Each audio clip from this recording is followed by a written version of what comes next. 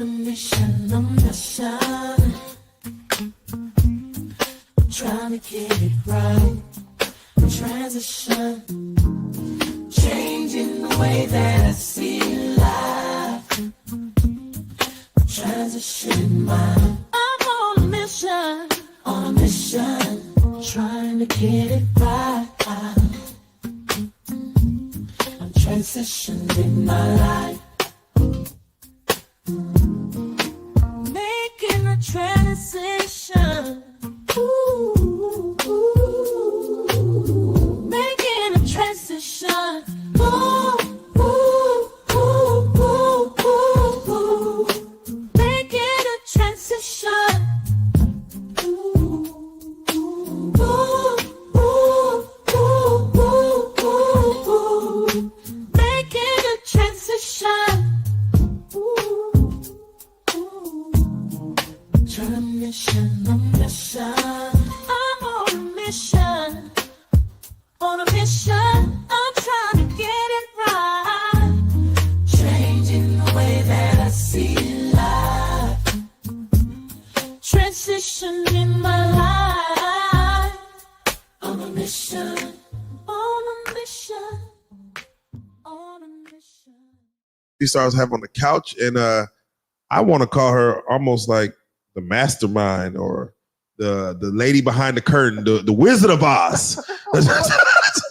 We got DJ Genesis in the building, straight from Detroit down in Texas. For those that may want to, try to understand, of course, we also celebrate 50 years of hip hop. So we'll talk about that. But 50 years of hip hop going down right now. But I'd like to jump right into it, man, because I met you through a mutual friend at the time, Jaguar Wright. When I said at the time, she's still a friend. But I met you through Jaguar Wright, and I was able to, get introduced to you. And she said, "Hey, you got to meet this young lady named Genesis. She's dope. She's creative. She's doing all this stuff." And at the same time, I met Solar Carbonation, same day. So I'm like, "Oh wow!" And you were telling me like, "Hey, yeah, I know you know Jaguar, but you ever heard of Carbonation?" I said, "No, never heard nothing." You said, "Let me show you some things." And you showed me some things. I'm like, "Oh wow, I need to go deeper into this." Like, "Yeah, you need to look deeper into this." So welcome, Genesis. How you doing? Welcome to the platform. Welcome to Street Stars. And mind you, you've been up here a lot of times. Right. For a lot of those interviews that we did, even whether through maybe Jaguar, maybe through Goomba, maybe through Solar, Velvet, you're up here in the background. So you've been here. But now you're in front of the couch. Now we are able to put a face to, let's say if people want to know if there was a name, put a face to it. How are you doing? How are your spirits? How's life? Everything's going pretty good. I just bought a new house. Oh, congratulations. Oh man, Black Excellence. Black Excellence. Yes.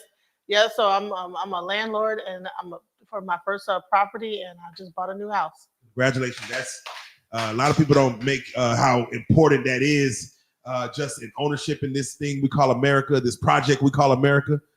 So as a Black woman who I'm assuming doing it dolo, single mother, and I was homeless at one point. So oh man, so that's even that's I a built testament myself itself. up from that all the way to this point. It took some time, but yeah.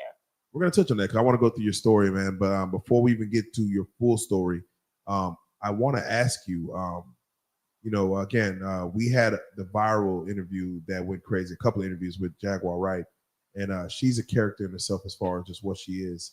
And I'm just curious, even when I was introduced to you by her, what was y'all's introduction? Like, how did that even come about? Was it through Carbonation that brought that together? I've known Jaguar. Well, basically, I've been, like I said, DJing for a very long time. When I was in the military, I actually was stationed in DC, and I had a residency at a club called State of the Union, and it was around like in 1999, 1998, where when I went to a Roots show and I saw the Roots, and at the time I had my residency at that place. And I saw Jaguar along with this group called the Black Lily Collective. Yes. And so I saw them, and she was like one of the artists. She wasn't like the headliner. It was Jazzy Fat Nasty was the headliner of that, but she was one of the artists. And when I saw how great of a performer she was, I was like, man, she needs to be, I really wanted to book her but like I wasn't able to book her without booking the entire Black Lily showcase. So I brought Black Lily showcase to the State of the Union in DC. You know, That's how- they recently took down Jaguars Jay-Z unplugged. Yeah, you can't really find it on YouTube. You can find it, but it's gonna be like probably up there for a while. But I think Jay-Z somehow has some power to say this does not exist anymore. At first, you could just go watch it, Right. MTV Unplugged, but you must have called MTV, and I don't know what happened, but you cannot find that on. You cannot Anywhere. find that video. But when people go back, they might think of Jaguar as this person who kind of just goes off and just kind of tells industry secrets or something like that. But no, she was always a dope Fantastic singer. performer. Yeah. Can you kind of contest to that as far as seeing a live performance with Jaguar, right? How She was amazing. Like, I mean, she still is amazing as a singer, and she still has it in her to be a great singer. I never wanted to ever take anything like that away from her, and that's one of the reasons why, like, when I reached back out to her, I was really, trying to work with her and be like, hey, whatever I can do, what she at that time when I first talked to her, it was about my daughter's father's documentary, but when I met her back in 1998, her performance was so dynamic. It was like, she would like give these stories, and then she would break it down into a song, and man, it was amazing. And then she was outdoing everybody that she was even, with Black Lily, she was outdoing all those people. Yeah. And they were all talented too. This is like back with I think it's James Poisner and all those like people were really hot, like Erykah Badu and Jill Scott, and all of them were like just signed to Hidden Beach. Erykah Badu, I mean Jill Scott was, and you had Kindred Family Soul and that whole OK Player thing. Yes. So that whole thing, that whole like vibe was just something to behold. It was great to be around during that time to see that. If you were to make a guess as to why she didn't get the same look as Jill Scott, Erykah Badu, Mary J. Blige, and things like that, what would you say that guess was? Well, back then I thought it was because she got pregnant. I thought that her pregnancy had gotten in the way. But as time has gone on, I found out other things about like that, some arguments and things, and like some like things was going on where like a lot of like do you believe artists could get blackballed in this industry? Yes. That is a real thing. I believe that she did get blackballed, and that's what I was pretty much told by the people, that she got blackballed. That could be a real I didn't want to say it. I was like, we've been in the music industry, and I've actually seen and I've heard the powers that be blackballing artists where someone has a potential, and then the network of people behind the scenes are saying, don't give that person. I've seen doors shut in front of people just based on phone calls being made. A lot of people in Detroit, like you'll see, there's so much talent in Detroit. You wonder why people don't make it that far. It's because sometimes you have a lot of people that might be kind of a little bit wild. You know what I'm saying? And people, when you got millions of dollars on the line, you got to have people that's on. You can be wild, but you got to be able to dial it down and be able to get business done at some point. It can't be just can't be wild. Just wilding out. It's got to be a business too. You got to be able to, at some point, that's what they call dial it down and liability. Limited liability. People don't want to have liability off of a person. Right. You just wilding out. At the end of the day, it's an investment. Right. So you said you mentioned getting back with her. I'm curious because we did an interview with Jaguar right before COVID hit. I think at the end of 2019, maybe beginning of 2020, right before COVID, and that interview just went crazy over time. It just went crazy. When did you get back in touch with her? Like, what was y'all span of not speaking with her till, again, like I said? I had booked her that event. I had tried to bring her back. I wanted to like do a live show with her. Well, even after the Black Lily thing, I was trying to keep in touch with her, trying to do a live show with her. But something happened where she wasn't allowed to do that. So then, I kind of lost touch with her. I became a DJ. I started being more like traveling as a DJ on my own right, like going around the world and like traveling as a DJ, like going to Africa and different countries on tour. So then, because I had my own DJ tour after that, I put the first female DJ tour together. Even dope, bro. So I was doing that, and then I ended up from me doing that, this guy that owned a record label asked me to come because I was in DC. Yeah. I moved from DC to Detroit because I was in the military. I was in DC, stationed in DC. Did all that stuff in DC, and then based on me doing it, they asked me to come to Detroit to help this label out. Yeah. And so I actually was DJing parties, throwing parties, and I ended up like running into by 10. And then me and him saw her again at an urban organic event that my friend Drake Pfeiffer does. He was the one bringing all the neo soul into Detroit. Around what year was this? 2005 or six. Okay. 20 years ago. 2006. Okay. While back. Yeah. But I think before that, no. In 2003, I think I saw her at the African World Fest. And then, okay, so you're moving around the city. Yeah, so it's like as time, like I'm seeing her here and there, time going, hey, we reunite, hey, what's up, bro? And then, so I'm like, so when I got with Titus, or by 10, when I got with him, I was like, oh, okay, when we went to go see her, he was happy to see her and everything like that. I was happy to see her. We, it was great, it was cool. So, and then like reunited, what's up? Remember, So just fast forward up until, let's say, her, recently. Again, I think she was, how I met you. I came to your house and was able to meet you.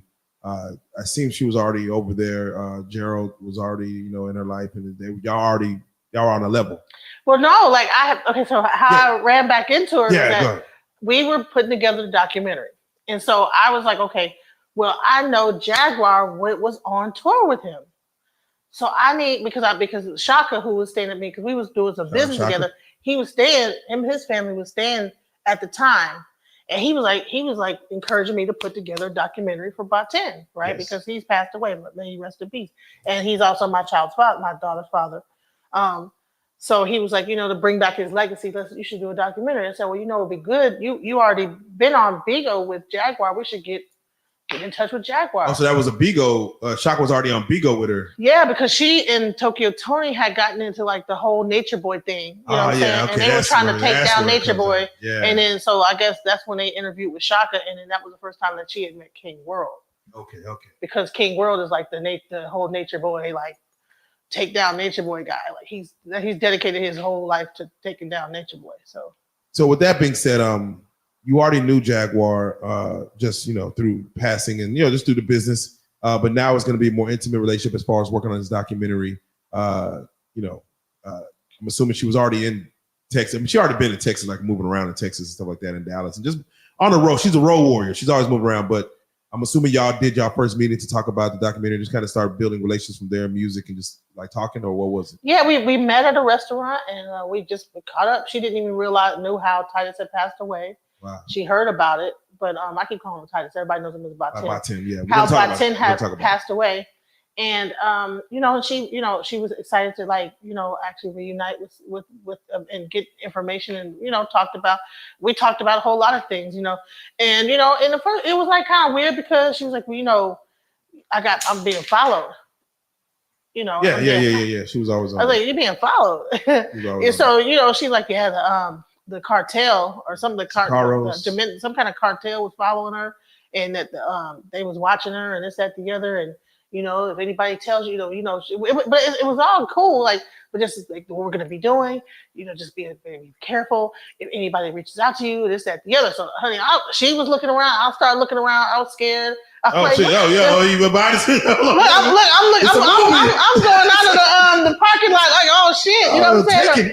This is Okay. This is an adventure here. Yeah, I start looking around. I'm starting my car up, looking in the back seat, make sure ain't nobody about to, put the thing on my. Hey, that's a level of excitement to that. I don't know, man. Let's say you put it on. Right, a little chloroform. Oh, they got me. Yeah, chloroform. They got me.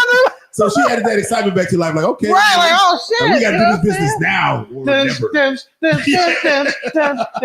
Straight Mission Impossible, right? All right. So she put the fear of God in you, and y'all basically. Man, the story she told me about how we had to back up and pull. Like, I'm like, shit. Yeah. It's about to go down. With Jaguar, right?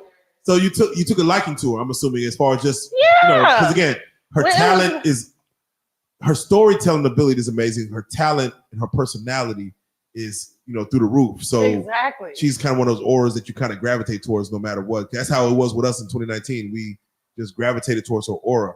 Now, mind you, with our interview, there was a situation that came out to where she was accusing Common of, putting his dick in her mouth. Yeah. Can I say that? Putting dick in her mouth while she was asleep. Yes, right. That's the accusation. I know a few guys did that to me while trying to. No. I think, doesn't all guys do that? No, I thought all guys try to. No, I ain't gonna lie. Men probably all guys try to put their dick in your mouth. I'm gonna take advantage of her if, like, I don't know, man. I don't know how it works, but I would say if somebody is saying, "Hey, I've been with this person before," I'm gonna just put my dick in their mouth while they're asleep. I think it'd be kind of dangerous. Like, what if you wake? What if she bites down? Like, what if she's having a nightmare? You mean like somebody's wife?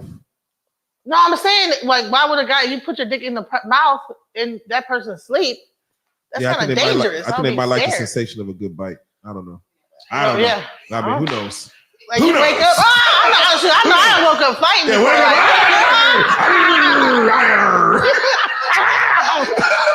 Who knows? So, but we got her on the accusation of that, and that shit went viral. That shit went crazy. So you knew this is a Jaguar that you met though, right? Like she was coming off the roots and all that, and I was not like as privy. I was not aware of a lot of the stuff that was being said. You know what I'm saying? I saw some of it, like the gossip stuff, but I was not all the way aware. So you didn't know about the Stormy Monroe fallout, surviving Tasha K. All this was going on like after our interview, which we seen, and we're like, oh, were you aware of any of that? Like the surviving Tasha K? I did see, I was watching her in her car. Okay, yeah, okay, I remember. Yes, that's what she was doing. So I did not see a lot of the Storm Monroe stuff and the Tasha K stuff. Okay. All right.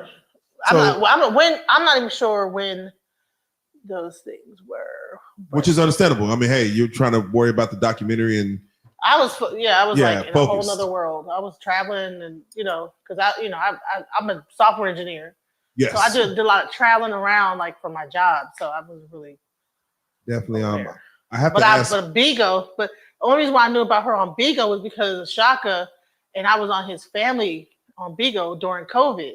Exactly. That's how I even was like, oh, Jaguar, There you go. So I'm like completely oblivious to what's going on. Yeah, upon meeting her and upon hey, we got to get out of here. People follow me.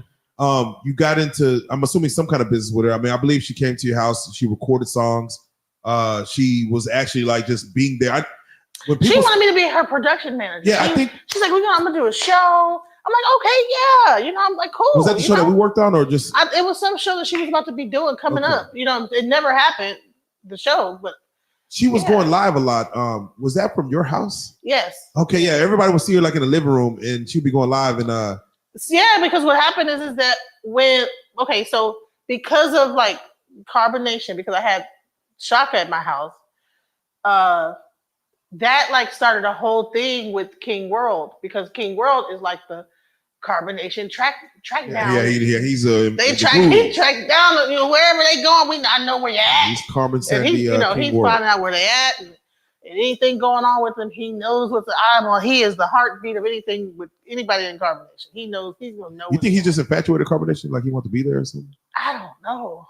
I think there used to be a whole group called the Takedown, the Foot on the Neck Squad, and it was like a whole group of people that all they did was track down Nature Boy. Like everywhere he went, they look at a tree and be like, okay, that tree is a ficus from the Aurelius Greek, they break down, okay, that's only in Dallas, Texas, so he has to be there. Man. They be like, oh, that building right there, that's the lobby of the such and such. They would be able to like find out, like he would be in the middle of Costa Rica somewhere, and all he would have in his background would be like trees, and they'd be like, oh, that tree right there, that's the such and such. Somehow they would find out where he was. I don't know how they were doing it. Where in the world is Nature Boy San Diego? Find him. Yeah. Gotta find him. Gotta catch him all. If you actually see, so then they started doing that with other members of Carbonation, like find out where they are in Ohio and wherever they are. Like, sounds like a good game though. It sounds like a fun game of hide and seek and exploration. If I was bored, it wasn't a game when they started to dox my address because they found out where I was. Yeah, man, your address is famous now. My old address. Your old address is famous. I moved. I'm like, no, I gotta get the hell out of this. What the hell? Everybody put that thing out. Dude. So I have to ask that for Jag, it's just been out there. Like, I'm telling you. So for Jag, as she's recording live in your house and she's going live in y'all. I guess y'all are doing business. Shaka's there. Tell me, there's a time where things were really popping, like as far as the goals and dreams were being made. Again, I came over your house and and met you and stuff, and like to me, that's a time where things are like we're about to start doing some things. Yeah, we're about to do it. We start talking about documentary after that and things like. So we're getting introduced to you're getting introduced to Jaguars Network. Gerald, he's there too. Goomba. We were sitting next to each other working on. I'm trying to tell them how to fix the website up to make it. People started contacting me about Philadelphia. About this ain't working. I'm like hitting them up. Oh, okay, well this is not working. When the site went down momentarily, I'm like, okay, hey Joe, your site's down. You gotta whatever. So I started almost being like their tech support for a second. Right. So I'll say this: Jaguar came in, gave us a great interview, and then next thing you know, she was the numbers start going a little crazy. And I understand when people are on the internet, they kind of watch and see what their numbers do and see what reaction they have, and Jaguar's always been big on going to the comments and reacting to the comments and things like that. And I see she started creating, just not saying new ideas, but she wanted to create more content. So she saw a situation where she's like, hey, there's a young lady by the name of Legina Gold that we got to get. She told me, Joker, we got to go get her. That happened after Solar. Was that after Solar? Yeah. Yes, you're right. That was after Solar. Yeah. Which is understandable because again, because that whole thing went down and that whole Solar thing was crazy because she had just met Solar. Yes. So tell me this. And yeah, I'm sorry, I don't want to jump to the Legina, but we're gonna get to that. Okay, and thank you for reminding me because yes, I met Solar at your house and you told me, hey, you should know this guy. He's in a thing called Carbonation. He was and look into it. So I looked into it. I said, whoa, we need this story. Right. What the hell? Yeah. But before we can get that story, Solar is in the house with Goomba and Jaguar and yourself, I'm assuming. Yeah, they were working on music. That's how they did that Welcome to the Circus. Welcome to the Circus, what it's going to be called, or what it's called. And did you see the relationship building? Like they started making that music, and it was like they were really vibing. And then me and Shaka were on our way to Detroit to do some stuff with Slum, to talk about some things like the documentary. Y'all got to dodge. Y'all weren't even there for all the shits. We didn't get. We was on the phone. Throughout the whole thing. It was like Gerald was calling us. Tell that motherfucker to get away from my wife. He better get away from my wife. Gerald we were on the phone like, oh my god. Gerald made some accusations. He's like, man, we would be there in the house. I would walk to the bathroom. And then Solar and Jaguar would be alone, and he would put spells on her. Do you believe any of that? I don't believe that. No. Do you believe any Molly was popped in the champagne or anything like that? I don't know. So Molly being popped in the champagne. Well, no, I'm saying what I'm saying is, Goomba made accusations that I think he might have did put some in a drink or something to get her consumed by him. Like she was so consumed. I'm like, I don't know. When you walk around the corner, who knows what happens? Do you feel like Solar did anything to manipulate Jaguar? No. Okay. I think the Solar was just being his the hippie guy that he is. Like, also like, I think Jaguar might have just love and happiness and just all that hippie stuff that he be on. So she was auntie and he was nephew, and they went out on a trip to Shreveport. He was too busy worried about Velvet the whole time. He wasn't thinking about Jaguar. As he I'm trying sure. to pop nothing in her drink. Velvet, he was so infatuated and in love with Velvet. Huh? Was Velvet there? No, they had broke up. Okay. She kicked him out. Okay. So that's why he had to end up down at my house because she kicked him out. He was home and didn't have nowhere to go. And so Shaka would ask him if he could come for a second. He was going to give him a job working where he was working at. I see. And then help him get on his feet. But then he get in running the Jaguar, and so they down in Shreveport. He up there crying about Velvet, and they doing now. If anybody was doing something, they did something trying to get Solar to get Velvet back. Because I heard they was eating velvet tacos and all this kind of weird No. manifestation techniques they were doing, going down to the water and probably praying, trying to all kind of Rewatching weird. the Velvet Rope Tour on DVD. Right. Whatever we can do. We're to get sleeping it back. on velvet blankets. Yeah, You know what I'm whatever we saying? can do to get it back. Right.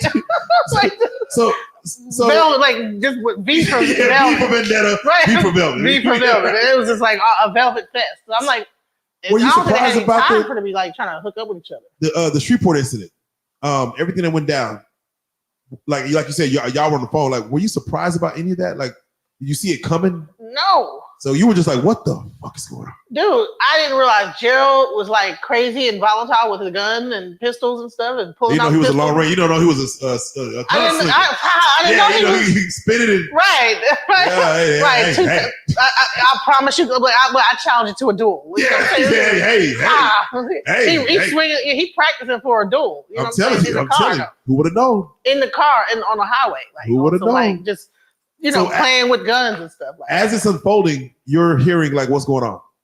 You and Shaka. yeah.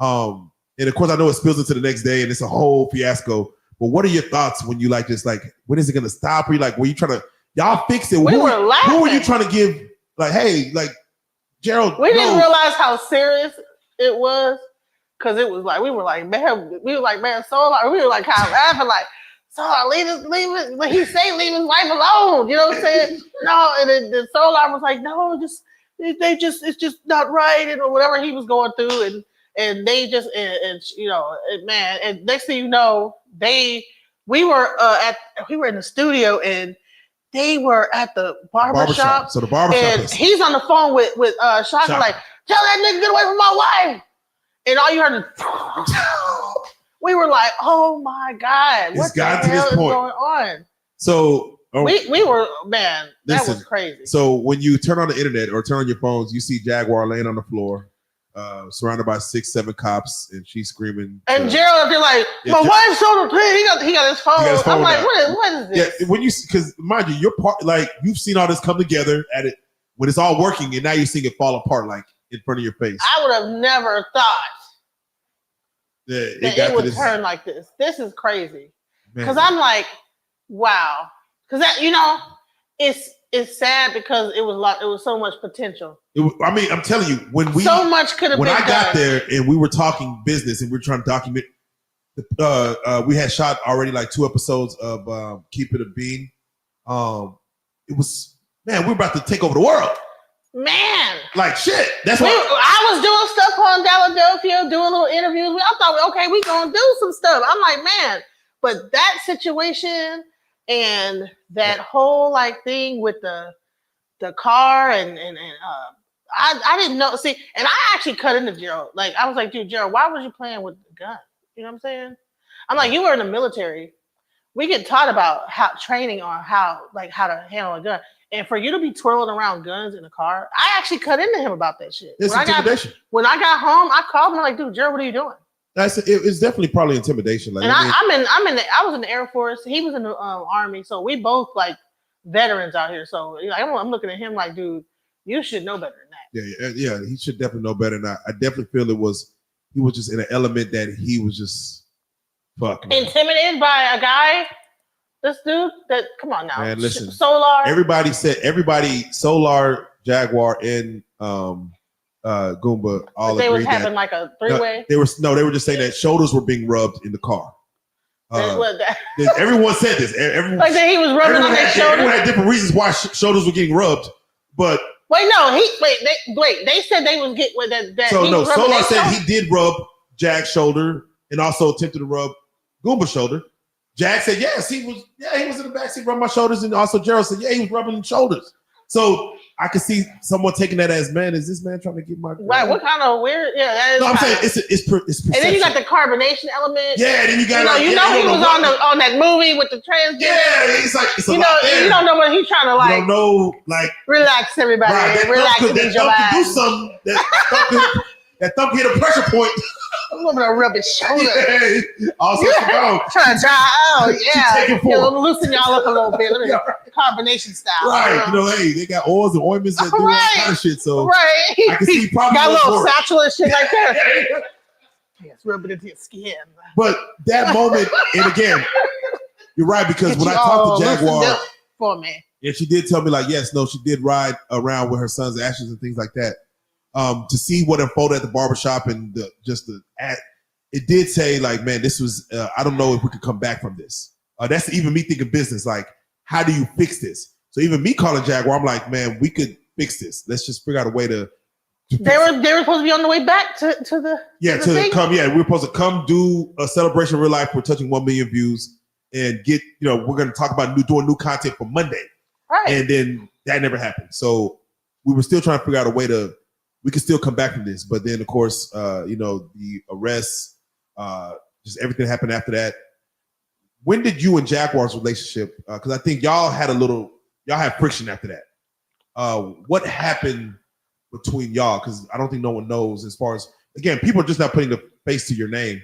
But whenever they hear about the Mesquite address and things like that, you're the person who was, your house was where everything was going on at. I think she was leaving your house to go to the barbershop. I don't even know. It was all in the area. She did. Yeah. They did. They were leaving your house to go to the barbershop to find Gerald and shit. So where did y'all's situation kind of start going like a little left? When Legina came. Okay, so we'll go to Legina. All right, so let's do this. Yeah. After the Solar incident, Jaguar was still into the mode of let's fix this. With Gerald, right? Yeah. With Gerald. She went to jail. She got out. She went to she went to the mental facility. No, she went to Chicago and wilded out at the airport. Well, before the airport, she went to the mental facility instead of jail. Not loose Derek. Right. Yeah. She went to the mental facility. She was able to get out after a week, and then she said, "Let's get right back to it." She went to Chicago, clear her head. I talked to her up there for a while. She was just trying to clear her head. Then the incident happened on the way back from Chicago, in which she said, "Hey, there's a person I would want to get out here that I've reached out to, which is Miss Legina Gold, of course." Did she say that when she was in Chicago? Yes. She wanted. See? Hey, we're connecting here. See, because she tried to make it seem like I was the one who knew Legina ahead of time. See, I didn't know Legina. Oh no! Who Legina was? She was on. Legina had already, I think, hit TMZ. It was right at that time. She was on TMZ. Legina was on TMZ. She was. Legina's right here. That's why I'm looking. I'm like, what? She was on TMZ. The only reason that when Jaguar said who Legina was, we only knew it, and we said we agreed to do the interview because of TMZ. Like TMZ reported it. So I was like, I don't know if she probably didn't know that. I know. Yeah, so I didn't even know. So when Jaguar said, I got to get her here to Texas quick. So honestly, I don't know if Jaguar was doing it to help Legina or she just saw it as content. Like, we got to get her she saw it as content. Okay, yeah, we got to get on the show. I think she admitted it. She's like, we got to get on the show. We got to get on. She's like, I want to get her on my show, but also I want to have y'all interview her as well. And at the time, we told her we're probably not going to interview. We don't know the story. We don't know the story. And then it hit, it was on TMZ, and we're like, oh, okay. If TMZ reported it, I guess we should talk about it. So she brought down, introduced us to Legina. We did our interview. And then, again, from that moment on, I want to touch on this because there was a way to get Legina down here that Jaguar, she called us. She called Reallyfe and was like, I need y'all to go get her. And I'm like, we're not about to go get her. She's like, is there a way for y'all you have any connects that can get I think Legina was in was it Detroit? She's in Detroit. Detroit. Like, is there any connects you got? I'm like, I could probably make a couple of phone calls, but I doubt we have those connects. So I believe you might have came in to She texted me that night, hey, you got somebody because Legina's in trouble. She got to get out of there ASAP. So I'm like, oh man. Did she say why ASAP? Why she had to get out of ASAP? No. And then the next day, it was like, like on some it's almost like making it seem like somebody was about like tracking her down, or she had to get out like the mafia. Like she brought the mafia again. The mafia. The time was coming. Right. They're coming to get her. The way that she made it sound like people were outside watching her door for her to come out the house and was going to gun her down, type of thing, or chloroform. You know what I'm saying? Yeah. I think, and I can't remember, because I think we did send some money to help. Yeah, I had a friend of mine come and with a gun. It was also snowing, by the way. It was the middle of winter, snowing. It had just snowed. Like it was a snowstorm, I think, that had hit before, like a few days before that. So it was like full blown Detroit midwinter, folk cold with snow, etc. going on. Okay, so and my friend, in 10 minutes of me calling, drove over there and had her, because I'm thinking that somebody's really about to get this before. It's time. And I'm like telling her, well, tell her to run to the truck. Oh wow. It's like that. Like I'm like, he got a strap. He ready to fight. He's looking around. We're thinking that this is like a just once again we on Mission Impossible. Yeah, it's like that. That's what's been said. That's the theme that's been said. Like, listen, get in there, get out. No, if you see somebody, hurry up, get in the car. All right. Pull off the car, going downtown. Looking back and forth. Someone's pulling up. Listen, we thought that, listen, in our mind, this thing was some serious. So the friend gets her and gets on the road. And heads down to the Greyhound station. Okay. Now, mind you, I don't even realize they didn't even have a Greyhound ticket yet. Yeah, I'm sure. So I had my friend sitting there for hours while they raised the money on Sean Davy Way and King Payne's platform to raise the money. Oh wow! to get a $250 Greyhound ticket. God damn, easy don't know. Okay, so they get her down here, and she comes to your house.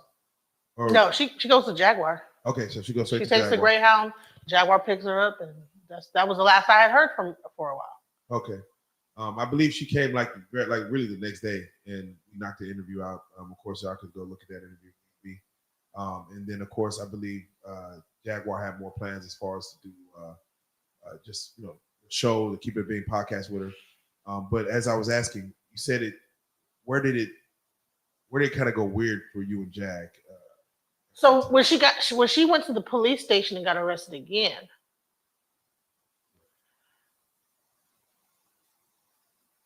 I found out she got arrested, and she didn't got arrested so many times. Yeah, she did go to police station. I gotta get the times together. She went to the police station like raising hell. Yeah, they just arrested her. Like, hey, what the fuck? Yeah, so I actually had went to her house and got her medication and brought it to the station. She said she didn't want to take any medication, right? So I end up going back home, and then because I couldn't I was trying to help to make sure that she did not end up going to Lou Sterrett. So I was trying to figure out like what was going on, this, that, the other, right? So then the next day I talked to Regina. She's on her way to get to pay her bond the next morning. She would, because I was like, and I had brought the medication down there because I was like, dude, I know I wouldn't want to be awake in no jail, and most of that medication that they give you puts you to sleep. So I was Legina's here, by the way. I don't know if the people know. Yeah. Legina's here. Legina, I want to ask. I gotta ask you, and you don't gotta go on camera, but you went and paid her bond. Why did you pay her bond, if you don't mind asking? Because she went out her way to get me out of Detroit, but it turns out it was Genesis the whole time. Her connections, but I felt bad for her. She looked out for me, and that was my first time bailing anybody out, so I didn't know how. That was your first time going through the process of bailing somebody out. How much was the bail? How much? I think it was $150. I didn't have to pay the full amount. So. It was $150. Our bail was $1,500. $1,500. 10% of that in Texas. Yeah, $150. And I was like I had to put my address, but both of my addresses. You got to put your home where you stay. Because she couldn't use her house. Why couldn't she use her home address? They just needed like 3 references. Oh, 3 references, right? So I gave my address, another one of my addresses, and then she had the home address. So she was bonded to like 3 different places, 2 different places of mine that I had, and then that one. Yeah.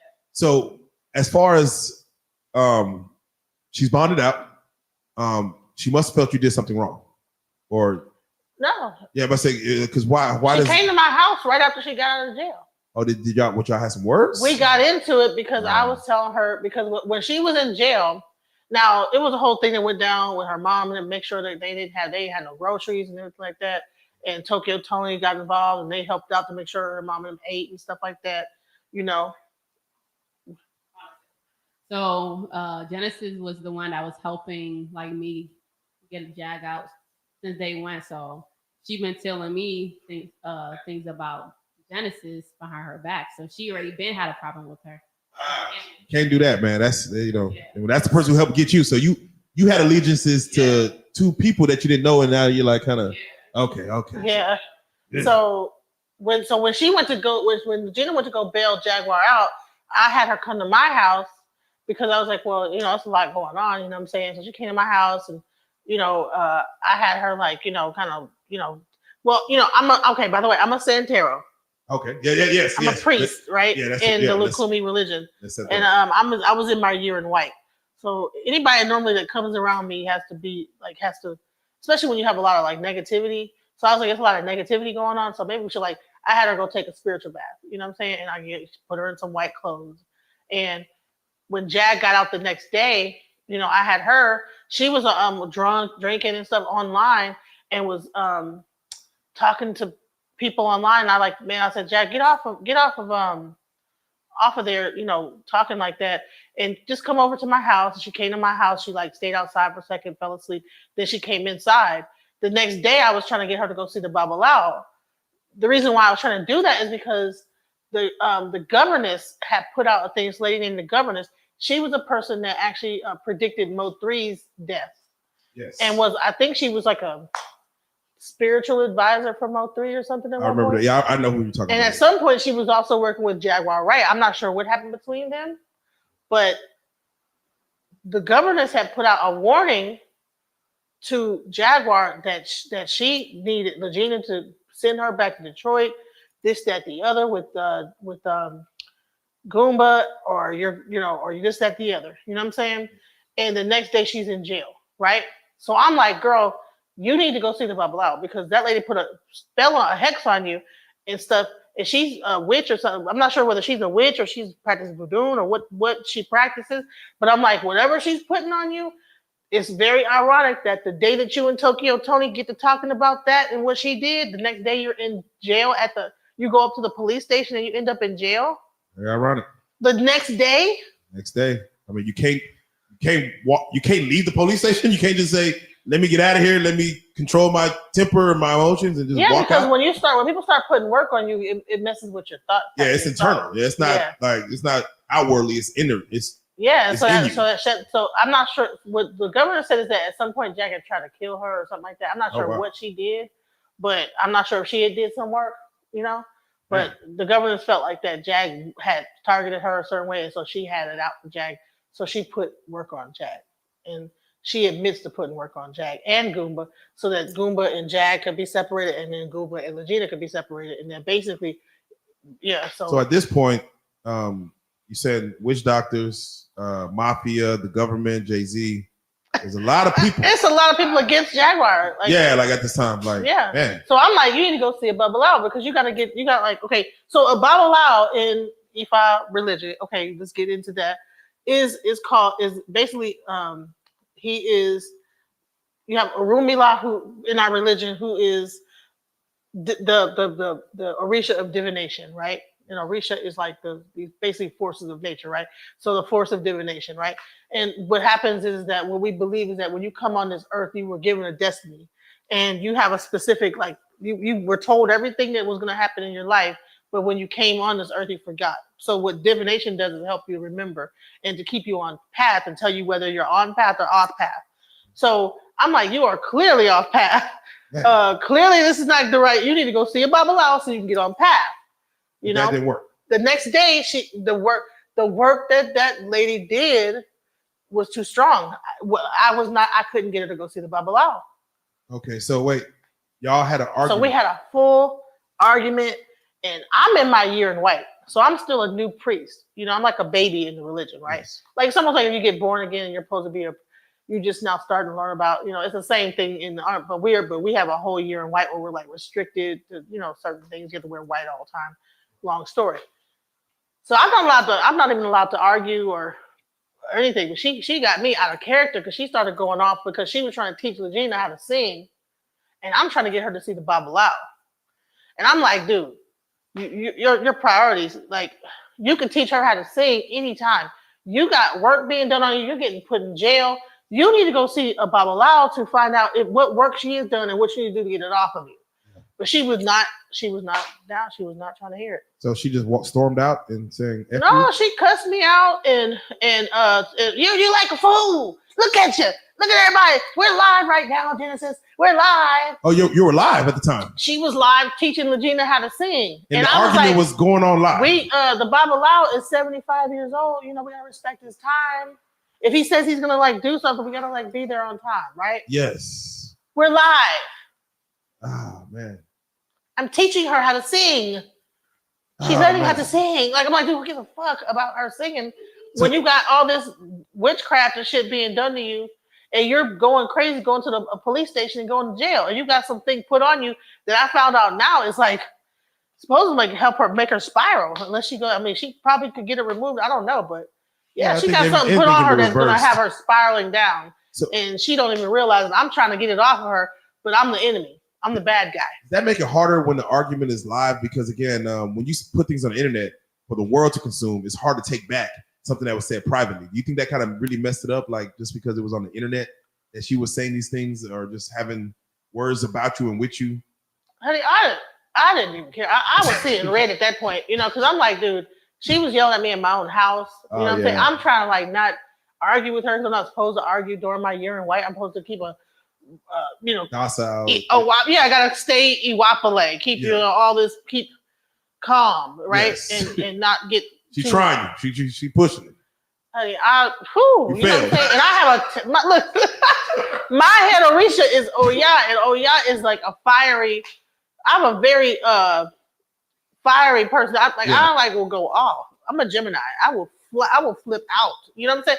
And I had to control all that. I'm like, dude, you know, I had to leave my own house. Came back. She was still there.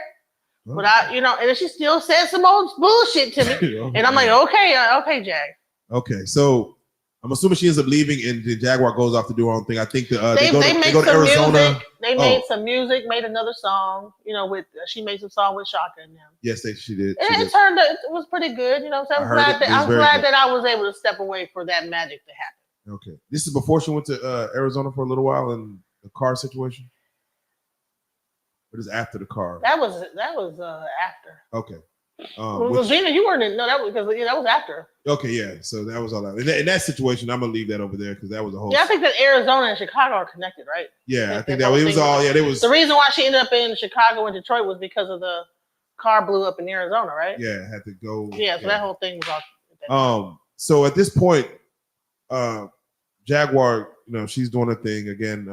We talked to her a couple more times. I just have to ask you because she does end up getting, going to jail in Louisiana as far as moving around while she was, I think she was in a hotel pool or something, and they ended up coming to grab her and taking her away. And that was when I think her and her husband was really on the outs. They was really going back and forth and kind of just going back and forth, and it was like really just kind of getting crazy. Where did you have any thoughts or any play into like what was going on then? Were you just like kind of removed from it all? Like, hey, I'm still over here. Jaguar, good luck over there. Basically. And, we were cool. We was all right. We was distance though. It was like, we cool, but we cool here. We on cool. we cool. Yeah. So she doing her thing. I'm doing my thing. So Gina still kept in touch with me, and I guess she started to feel uncomfortable with what was going on with the whole street. Because Gina was moving around with Jack. Yeah. And I think Jack houses and Gina to go to Shreveport with her. Yes. And Gina didn't feel comfortable with going to Shreveport. Yeah. She didn't want to stay, and she didn't like Shreveport. I mean, actually, Gina, you can explain to your own self. Gina, I'm bringing you back on for a quick second. How was your time in Shreveport moving around with Jack? Man, it was intense. It was intense because I was around when Goomba was around, so I seen their relationship. Me and her was, starting to get into each other, so I just didn't appreciate it. and I felt like it was because her enemies was my enemies at that point, and all that paranoia stuff. I was intense. I was tired of it and her drama. So I reached out to Genesis, and I'm like, "Yo, can I come stay with you? Because I feel like me and Jaguar we're gonna argue, and I don't want it to get to that point, but I I know myself, so I might just nut up on her. So I'm like, I gotta go. I gotta go. So it just got more worried with her, like how she did treated Doom, but she was trying to talk to me crazy, and I had to talk to her crazy and all that. So me and her, I reached out to Genesis because we were still cool, despite her trying to make me and her not talk to each other because I did appreciate everything Genesis did for me. And Genesis did a lot for both of us. She did a lot for all of us, her mom, her son. She did a lot for us. And I'm like, yeah, I wouldn't, she's a friend to me. So no matter what you say about her, she was a friend to me. So I'm like, so she said I can. So I was still in Shreveport. So I end up we got into it that same day. I feel like she was trying to do some weird work on me.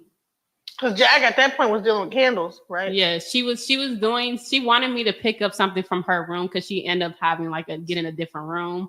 And then she was like, I want you to go get it. I'm like, I'm not about to stop what I'm doing to go get it. So her son ended up getting it. So getting the candle. And then he was like, if you know what, if my son get hurt because of you and da da da. And I'm like, what are you talking about? Like, right, so get hurt from touching the candle.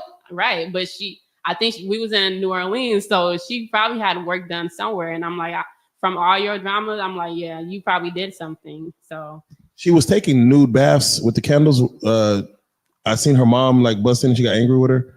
Was that going on? Yeah. So she ended up you remember the alarm that kept happening? She kept lighting them incense, and it was mess with our sleep, and then it was just a lot going on. And I feel like she would have us go outside somewhere in there, like some water, some side of the road somewhere, and just look at people going live. Like, I'm like, I can't do this. Like, I can't watch you look at other people talk about you and your relationship and stuff like that. Like, so it was just getting weirder and weirder. So I'm like, nah, she getting kind of crazy.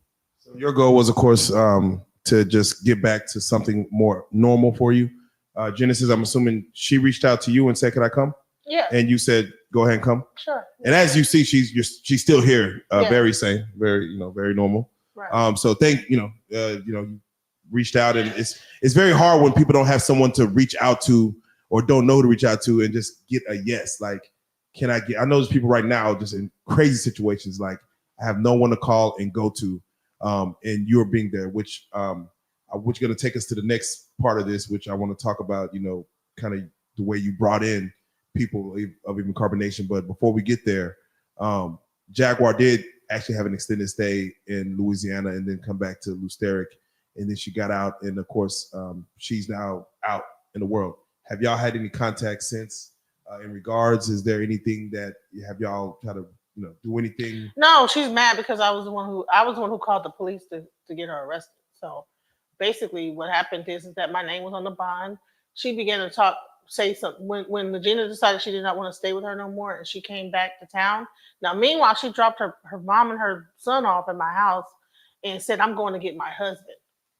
I didn't know whether she was going to get him back or going to go get him back. Now, they're apart from each other. He's at I thought he was at his mom's house, but come to find out, I guess her husband. She went to a lake, and I guess the husband was at the lake, met her at the lake, but I didn't know that. So the mom is sick. She's tired because they've been driving on the road all day long. She wants to go home. We're calling her. She's like not answering the phone, nothing like that. I don't know what's going on. So I end up having to bring her mom and her son to her house out there. And we didn't know whether the lights were off or anything like that because they were supposed to get evicted. They knew they was going to get evicted, right? Yeah, they had some time for it. They had like a small amount of time to like get it together and get out of there and move wherever they was going to move to. So Regina decided, well, I'm going to stay with you. I'm not going to go to the house with them. So I dropped her mom and her son off. Regina decided to come with me back to my house. Jaguar comes back to get her mom and everybody like that. Now, imagine, I didn't even know she was coming back because she made all of them take all their clothes and everything and unpack them. So I don't know whether she was going to come back and unpack and stay at my house. I don't know what's going on. Right.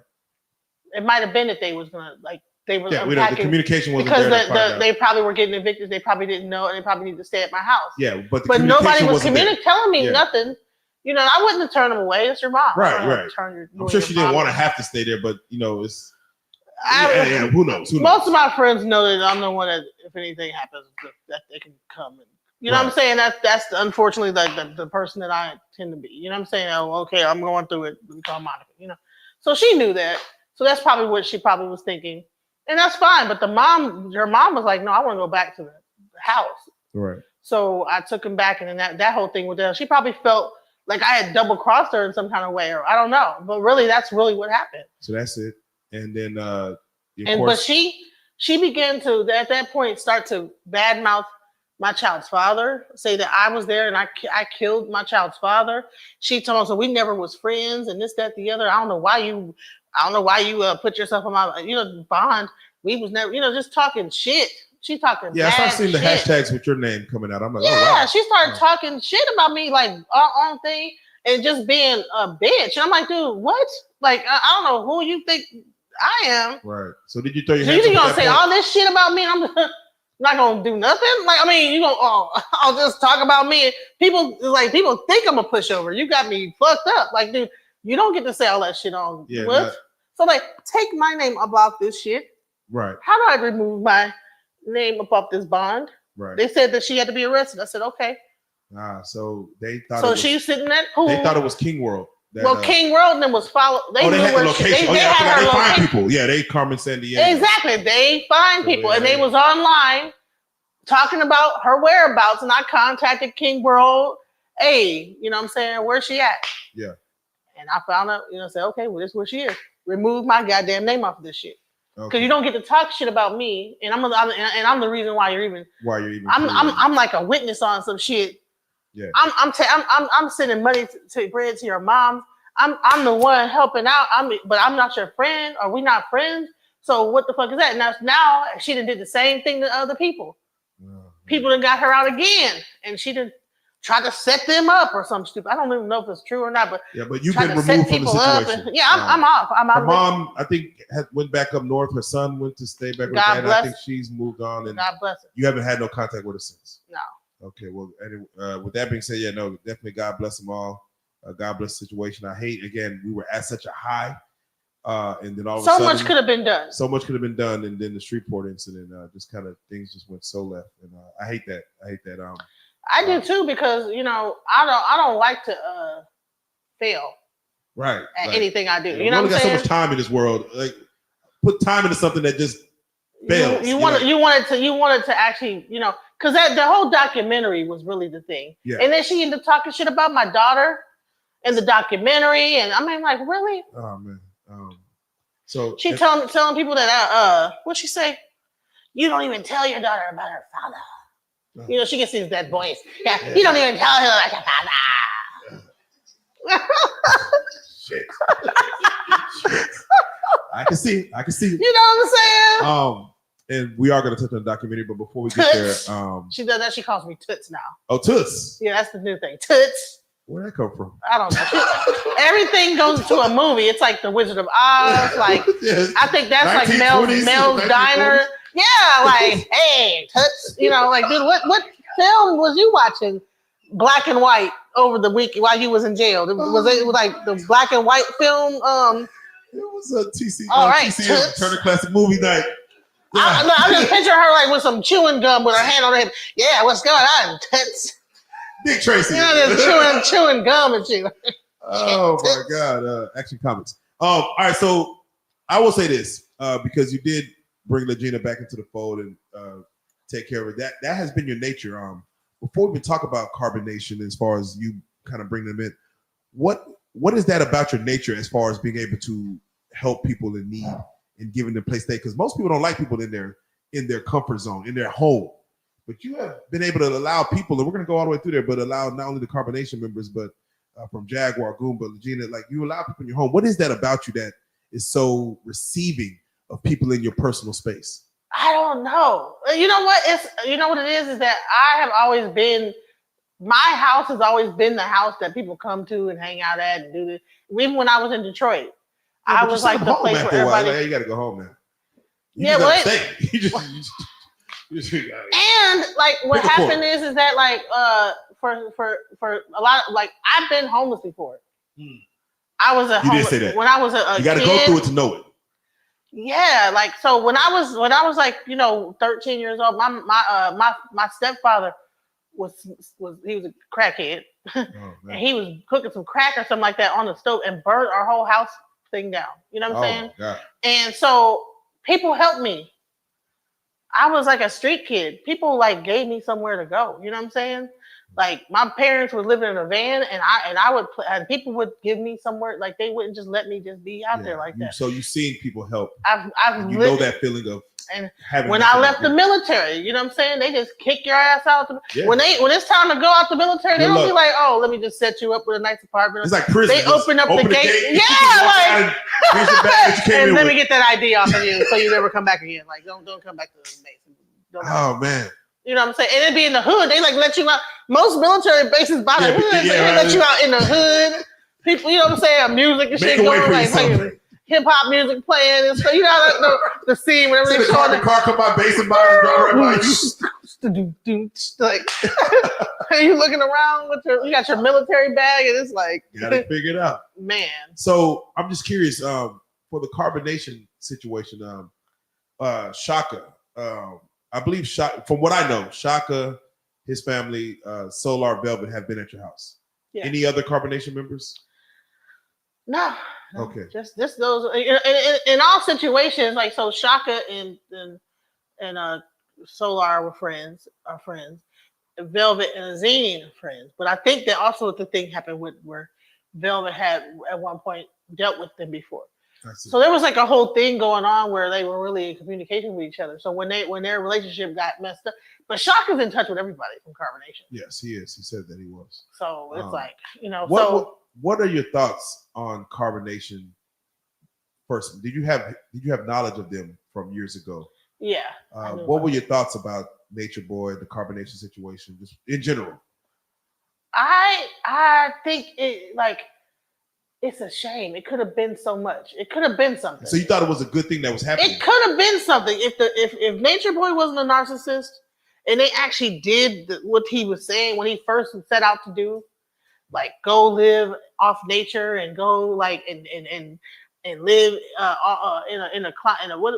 when he first started, it was not carbonation, it was called melanation. Yeah, melanation, yes. And it was about living off grid and living closer to the equator and not in the sun and taking care of your body and this, that, the other. Now that's when if it would have stayed that and not gotten weird and sex cultish and all that other crazy stuff, that actually could have worked. So you could see like 1,000 people out there in the jungle. You could have saw that. Or you think it only work in a small group of people? Probably different groups. Okay, people in Africa do it all the time. Yeah, there's tribes. I think so as a tribe, it could have worked. That's why I was interested. It intrigued me, and I followed it. You know what I'm saying? Right. From when he first started off, all the way till he got arrested, I actually followed the whole thing. You know what I'm saying? But to me, it just started to take a weird turn, and like people started to like, okay, well, this is abuse, and I started to see them. They couldn't get on the plane because their underarms was stinking and all kind of weird stuff. Yeah. And all, just kind of, it got like more dramatic and really crazy. Yeah. Then he telling everybody to poop on the tree. And I actually had called him, like he said they would make them say, you have to give your what did he say? Give it to the earth, give it back to the earth and you find a tree. Instead of going to the bathroom, you go to find a tree and poop on it. Which is, I guess, makes sense. I mean, animals do it. Cows shit in the field and it fertilizes the ground, I guess. I don't think human shit is the same because cows eat honestly grass. I personally don't know where the shit go. Humans eat other flesh. Cows eat grass, so it's like basically eating and re-putting the grass back into the ground. Human beings eat cows. Meat and so I don't think that this putting the cow back in the ground. It's poisonous. If we poop on that, it's gonna probably die. That's real. I can see that. So like, no, it's not the same. I can see that. Even though they must be supposedly vegetarian and all, not like the concept could have been great. Right.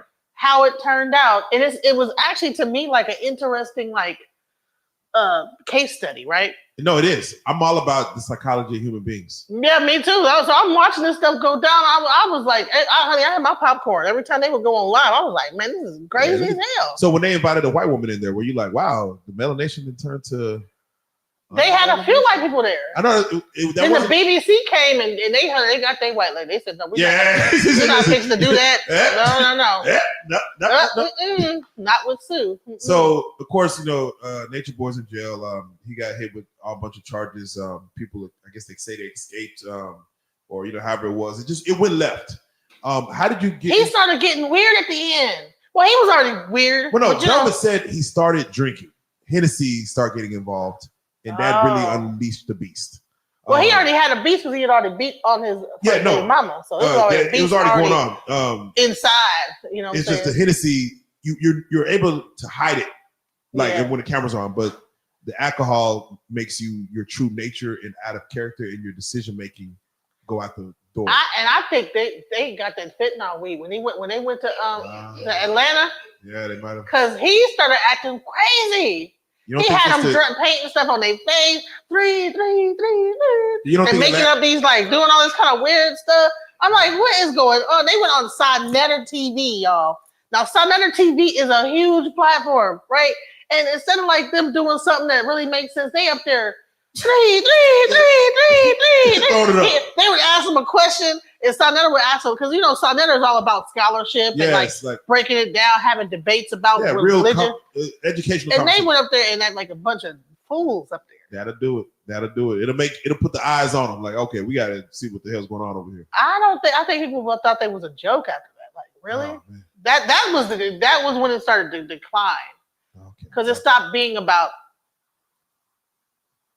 It was more entertaining when I think that when he started to try to make it about entertainment, that's when it started to not be entertaining anymore. It's like, dude, when you guys are just being yourself and actually really trying to be the knowledge and stuff like that, and was failing at it, people were more interested in that. But when you're trying to come over here and put on a show, the videos, and again, I don't know what the time frame is happening, but when I see them having, him telling I can have these men hit each other, they'll carry me to my bath, watch this man rub my feet. And that's when I started saying, "Whoa, this is very cultish." He was trying to stage it too damn hard. I think all that shit was staged. Yeah, and he was trying too hard to go viral. Every moment he was trying to do was trying to blow it up and try to make it more sensationalized. That COVID money. And if he would have just stuck to his original thing, he wouldn't even be. I don't even think he. Well, I don't know. Yeah, who knows? Yeah. I don't know where to be. It's because it was too weird. It was too much. They was beating each other's ass and fighting each other and he was getting other women to beat each other up. And so I think he was doing that even when they was doing the knowledge. So yeah, once you start putting babies in certain people, it's like, okay, all right. Oh, wait a minute now. Right. Why do all the gurus start getting freaky? Yeah, all the gurus get freaky at some point. And it's always some weird freaky shit with kids. We got to do a case study on that. Why do they be up until a point then they get freakiness. It's freakiness. They say, you know what? I'm at the top of my thing. The freakiness got to come out. I got to come out. Freaky, baby. They got freak me, baby. It'd be a song. They get up and down. I can't go back. Right. I gotta get freaky with it. I'm here now. It's too much knowledge and too much spirituality. It's some freakiness that's interesting. Creep its way into it. Yeah, every cult leader gets freaky. We gotta go through history and see just how freaky shit got with every cult leader. Every single cult leader, I swear to gosh, every one got some freaky. They always demised by the freakiness. Man. They'll have everybody on their side, and then all of a sudden, some freaky little wild freakiness that'll start kicking in. They start doing some weird stuff, making people uncomfortable. Doing weird stuff with their followers. They can't control it. It gets a little crazy. So after Asden, how did you and Shaka link up? Was it through music? Was it through just Bigo? I met him on Bigo. Because it was during COVID, and I was actually in the hospital. I damn near died having a baby, and it was during the winter freeze. It was for 2 weeks we didn't have no lights or nothing like that. You know what I'm saying? And so I didn't realize my blood pressure was 200 over 100. So I started having chest pain, and so I went to the hospital, and they were like, "Oh, you are about to have a seizure." You know what I'm saying? You're about to die. A stroke, seizure. So they started putting pads around because I'm the whole time I'm like, oh, no. I'm good. We don't have to do this. Because I'm like, we gotta take that baby. We're like, no. I'll be all right. I'm fine. Right. Look at me. I think get up right now. They're like, no, you're about to die. Right? Man, you know what I'm saying? crazy. They started patting up the thing around my head. So for this seizure that was about to kick in, that if my blood pressure goes up 1 more inch, that this seizure is about to kick in right here. And so I had to have a emergency C-section. I had to deliver the baby. He was only like 7 months. So that's why I wasn't trying to. I was only 7 months, you know. Wow. So while I was in the hospital, I was in ICU for 2 weeks. So only thing and I had COVID. Oh, God. Shit. Okay. So I had COVID. My baby was getting bored, and my blood pressure preeclampsia. Yeah. Yeah. So I was in My ICU God. for like 2 weeks. And what Shaka was? They were on Bigo. Okay. So and that was my entertainment, just watching Bigo. So I'm just curious, real quick. I mean, you already said why Shaka came out. You were able to provide him a place to kind of a refuge. You have mentioned that Solar and Velvet both did an interview up here the same day. What you told him not to do the interview. You said, "Hey, y'all shouldn't do this interview." Yeah. I'm curious, why not? Why didn't you want them to do that interview? Because one, it wasn't. They first of all, they didn't have any reason. No, go ahead. They didn't have any reason to do the interview. You know what I'm saying? Yeah. Like, first of all, they weren't selling nothing. There was nothing really to be. There's nothing that they built. Like, I feel like if you're gonna be putting yourself out there, you need to have like something, a reason that you're doing it. You know what I'm saying? On top of that, I felt like it was too premature. You know what I'm saying? They had just broken up, and they wasn't even the only reason why he came. He found out that she was pregnant, and so they were still like on the outs. They were still trying to prepare their relationship. Did they stay at your house at any point in time? For 2 days, they stayed at my house. You know, were they getting freaky in your house? Did you hear? I don't know. Oh yeah. I wouldn't doubt it. I know he was like, I can't wait till she get here. Oh man. Find the corner. Right. That's where they were in a corner in like a little small room. Oh, that's why. But no, I hope not because the children was in in there with him. So I hope that they wasn't doing those. But you say he found out that she was pregnant? Yeah. And so everything was actually going good. I thought I had put her in touch with her mother and all kind of stuff. And, well, no, I didn't put her in touch with her mother. She was in touch with her mother. I was trying to encourage her to get on her feet, do this, do that. And then it's almost like when she found out she was pregnant, it's almost like all that went out the window. You know what I'm saying? And I think that she probably felt pressured to try to make it work with him because she was pregnant. I see. And that's an easy thing because I've been through that before. You got to want to. And plus, again, when they did the interview, he looked like he was wanting to really be there for her kids with Nature Boy's daughter. It looked like he wanted to be there. Like, hey, this is the new family. But I understand what you said about prematurely. It was too premature. It's like you guys just got into it. You know what I'm saying? And there was a whole thing that happened the night before. So to me, I was like, maybe that's not a good idea to be jumping on the platform. Y'all don't have no real nothing to push, nothing to like. What it's reason? Not stable. What's the reason? Yeah. You're married, so is she. Yeah, you got to. So that's already what are y'all doing? You know what I'm saying? Then, get a divorce first. Yeah. Okay. Well, how about that? And then be together for a little bit of time. Then, if y'all want to come back, the platform's still gonna be here. Hey, man. Then y'all do it. Okay. Well, let me introduce our children, and we've been together for a year. We both got divorced. Now you got something to talk about. And then here's our platform. It's been up, and we've been doing this, doing that. Here's our website. Now you got something to talk about. But the whole thing was just all happening in chaos. So to me, to go on a platform when you're in the middle of chaos is just not. It's like, what are you doing?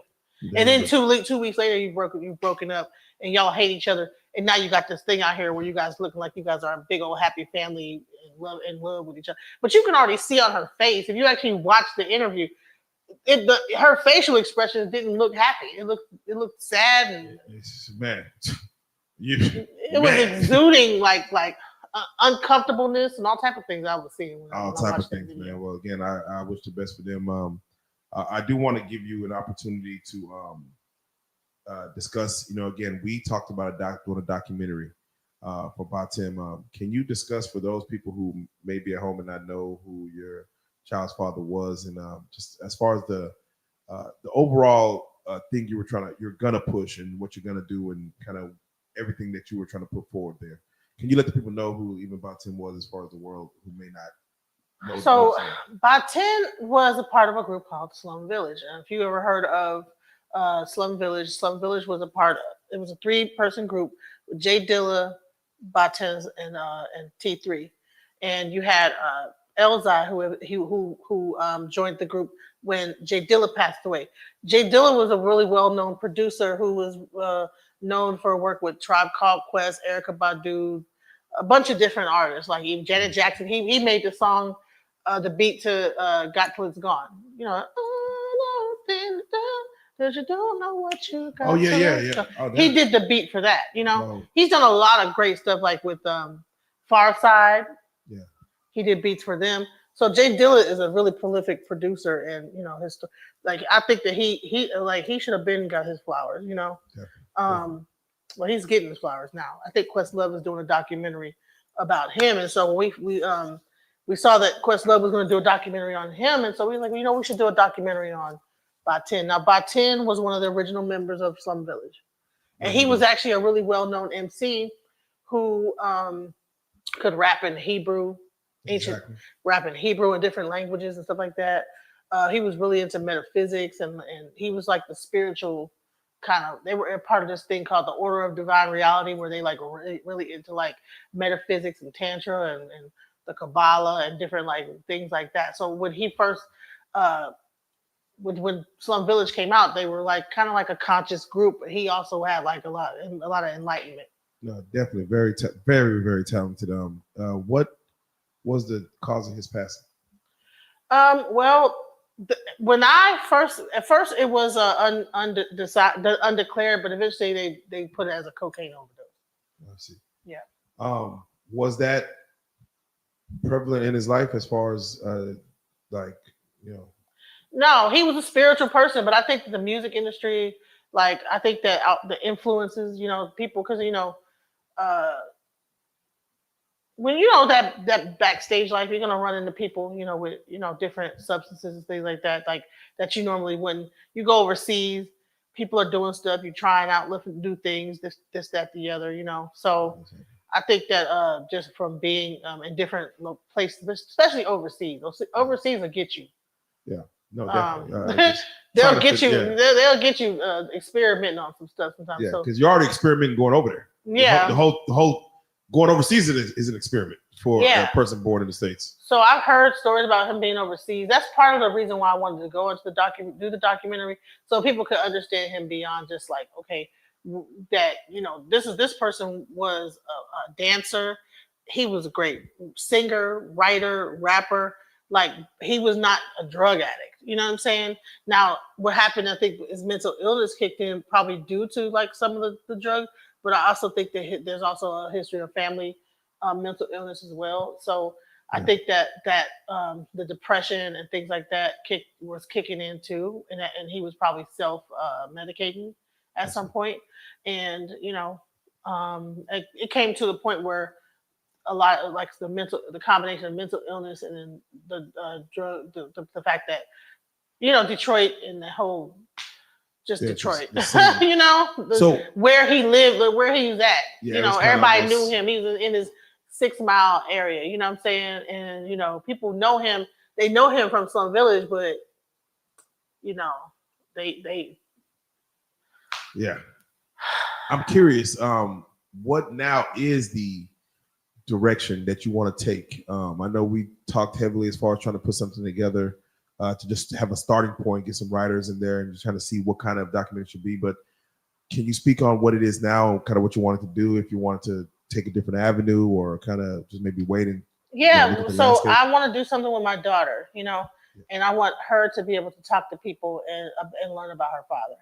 That's amazing. At first, when I was creating the documentary, I wanted to be, just his friends celebrating his life. Right. Getting people, like I said, Jaguar, going to people that toured with him Right. and getting different accounts and stories. And I thought that would be really cool.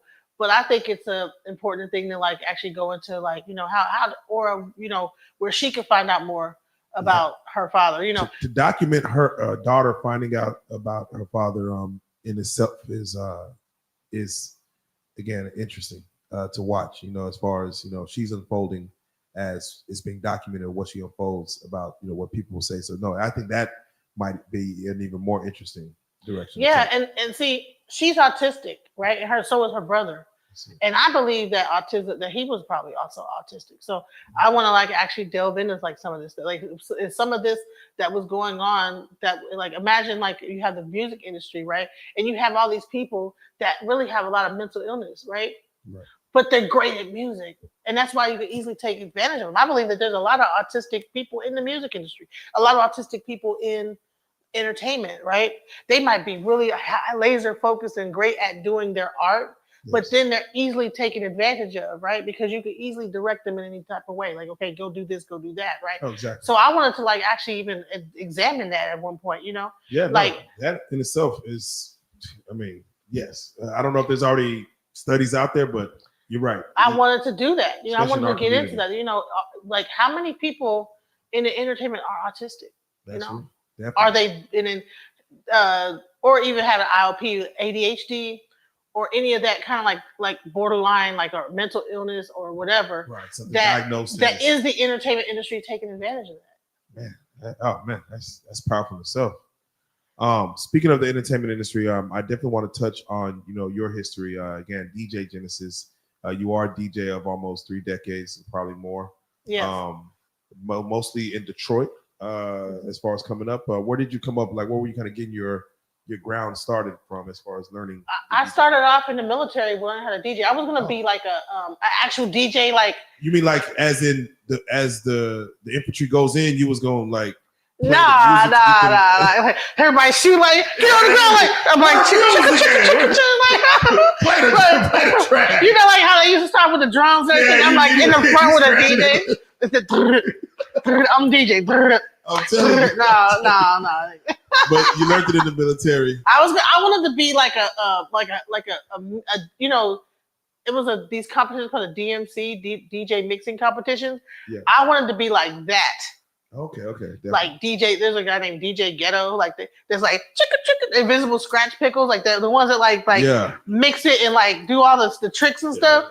I wanted to be like that kind of DJ, but then I got introduced to the techno scene, I became like a techno and house DJ because my friend Alicia. Techno, is that like EDM? Is that a little bit of? Before that, it was called techno, and okay. There's house music, there's techno, there's drum and bass. Those are like the categories. They just labeled it all EDM now. Techno is what you get when you go into a Vegas club, pop a Molly, and just. Lord have mercy.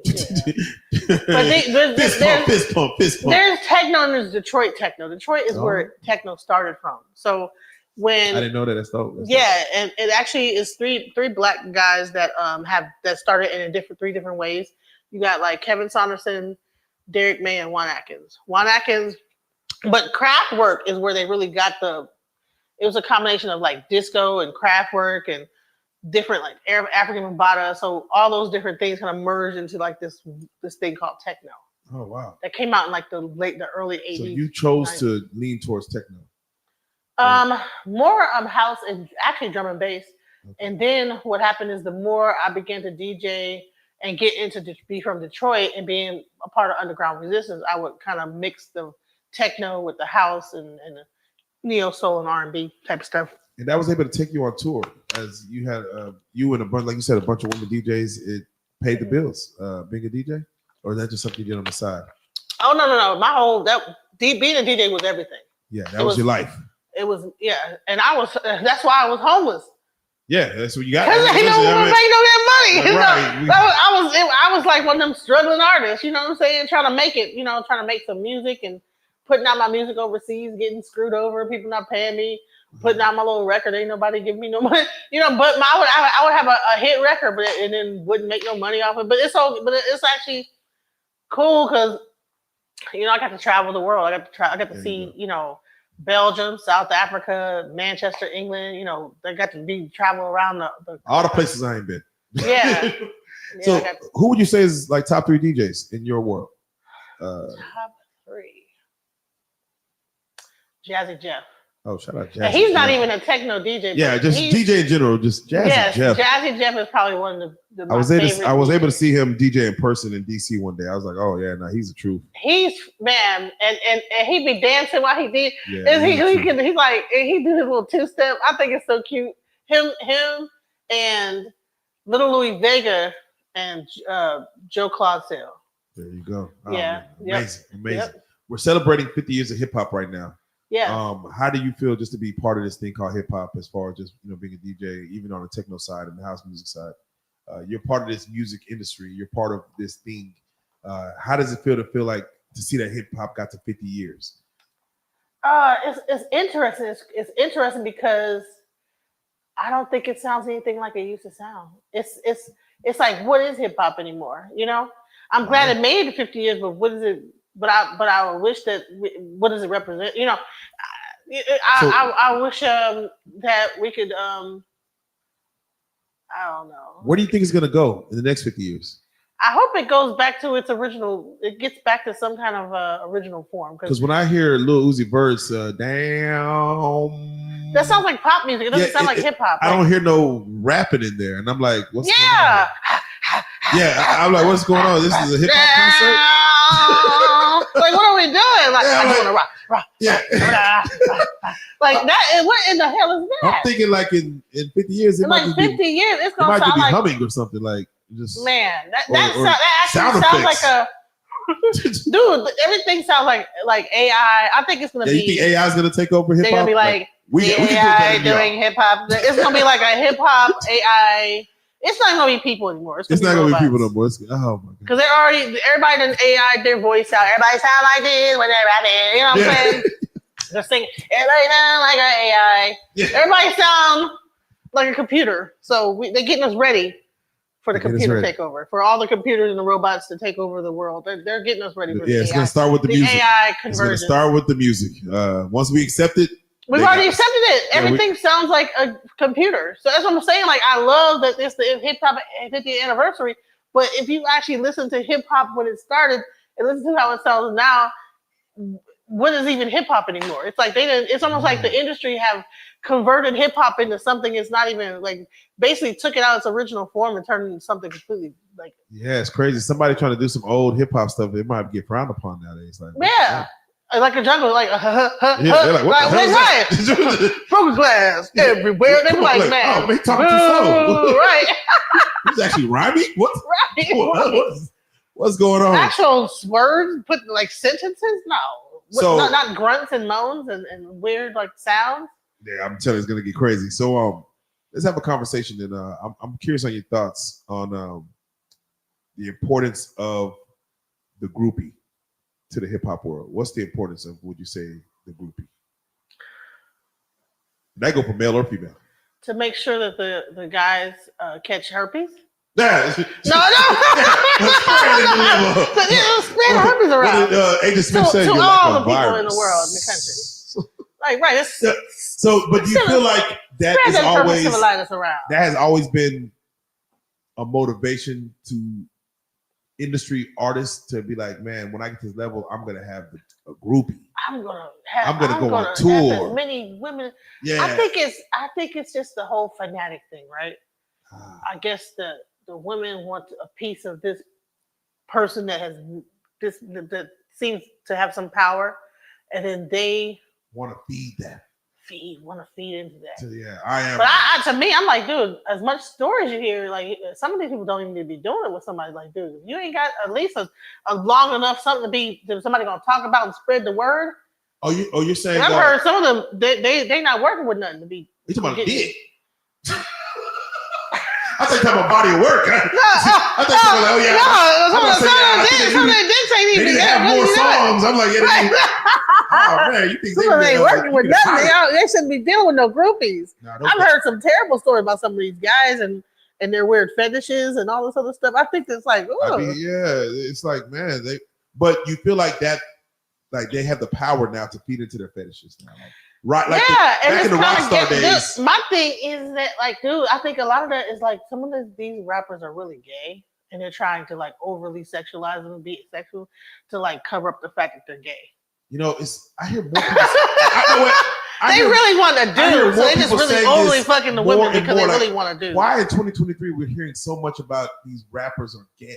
Remember Like, they what had the that hell is song. going on? Remember they had that song, "I'll Eat the Pussy Up." Yeah. So could you imagine now how many dudes was on that song? I'll beat the pussy up. And then could you imagine like all these dudes, dick hard, I eat the pussy. They just all in the studio rapping about how they eat some pussy. Everybody think about pussy and horny, and they just sing it in the studio together. Man, no women there. One person after the other just. Damn. Like, dude, that is so gay. Like to me, like the whole thing with the male posse and all how the hip hop groups used to be around all these dudes all the time. So you feel like when you're in the studio session and it's 12 guys in the studio session and they're always talking about fucking and getting drunk and high and talking about fucking. It's some gay shit to me. It's gay. And they ain't enough women around the fuck. Like, what is y'all doing? Like, ugh. So I think they need like the groupies so they don't fuck each other. Oh my god. That's what Princella was talking about. That's what Princella was talking about. They need the groupies so they don't fuck each other because they're really gonna be horny when they get done rapping. God, when they get done singing their song and they got horny, they all have thoughts in their mind, they gotta fuck something because they just got finished talking about all kind of fucking and sucking and everything. A rapper in heat is a rapper who wants to be. What the fuck? You gotta do something afterwards after you talk about all that fucking. Oh shit! Like ain't no girls around. That's what right. Come on, man. We gotta go in this back room and make it happen. And they drunk and high off Molly. I feel like that's the Illuminati. The more that they start doing these drugs like Molly and all that stuff like that, the more gay they're gonna get because that Molly opens you up more to like be open minded. So what rock stars were on that shit back then? Like the rock stars. And the rock stars was bisexual. And for real, they were looking like women. Right. They were walking around with long hair and what they say? What's that one song? She look like a lady. Right, dude look like a lady. Right. Dude look like a lady. And he was singing that real passionate, like dude look like a lady. We let that slide. Right. We singing it to it. Dude look like we in the club. Dude look like a lady. Oh shit, it's horrible, man. We need a quick question. Jesus is on the main line. Jesus on the main line. Shit. Dude, okay. I'm trying to tell you, man. Listen, I think it's an agenda. It might be an agenda. It's an agenda. That's when we get into this relationship town hall. You know what I'm saying? Yeah, that's why I even brought you Princella, because I said, dude, it's an agenda going on. Yeah, for those that don't know, people who seen Pastor P, Princella Clark, the lady who came on, who we called the woman Kevin Samuels. People didn't like that. They didn't like that. Oh, the female Kevin Samuels. Oh, they didn't know that. She's not the female. Like how dare you blemish? How dare you blemish our Lord's name, Lord Samuels, not Lord Samuels. But yeah, you actually brought Pastor P to us, and you're actually going to be doing something here coming up. I want to say September 20th. Let's talk about it. Let's talk about the town hall that is possibly going to be happening, and some of the people that may. So, guys, the town hall happened. It got sabotaged, but I do have the town hall as well.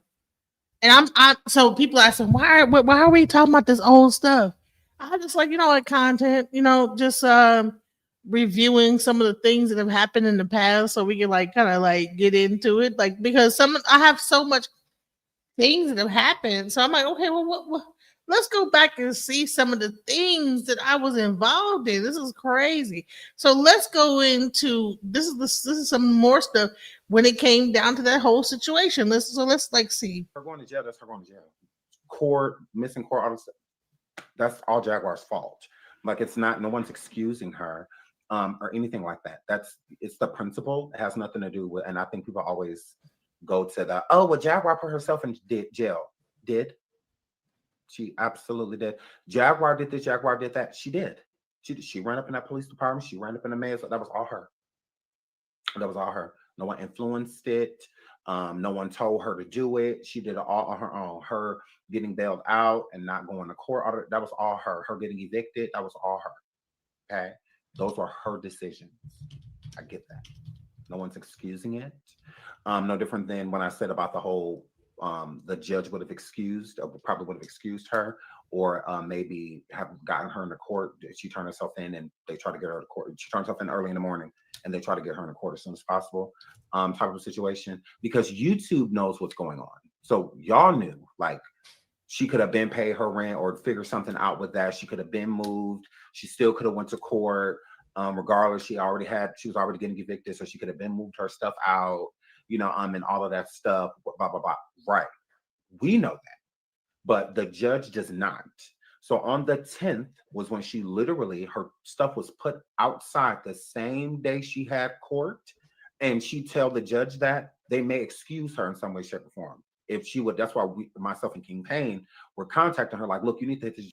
So this is like the background story that I was talking about, and this is like actually the content creators at the time that we're discussing what actually was really going down. So let's go. Judge up immediately, or you need to hit up the department immediately, or the courthouse immediately, and let them know the situation, so that you won't be, so maybe you can be in less trouble, or they'll be a little bit more lenient on you when you get there. Hair flip. And she didn't do that. She absolutely did not. So hold on, let me, because these notifications are going to drive me nuts. Stop sending me stuff. Like, I'm live. So but anyway, so yeah, so that's all Jaguar. No one's excusing that time of Jaguar getting arrested, which is on the 14th of, what was that? April? April or May? Well, no. But no, it's April. It was April.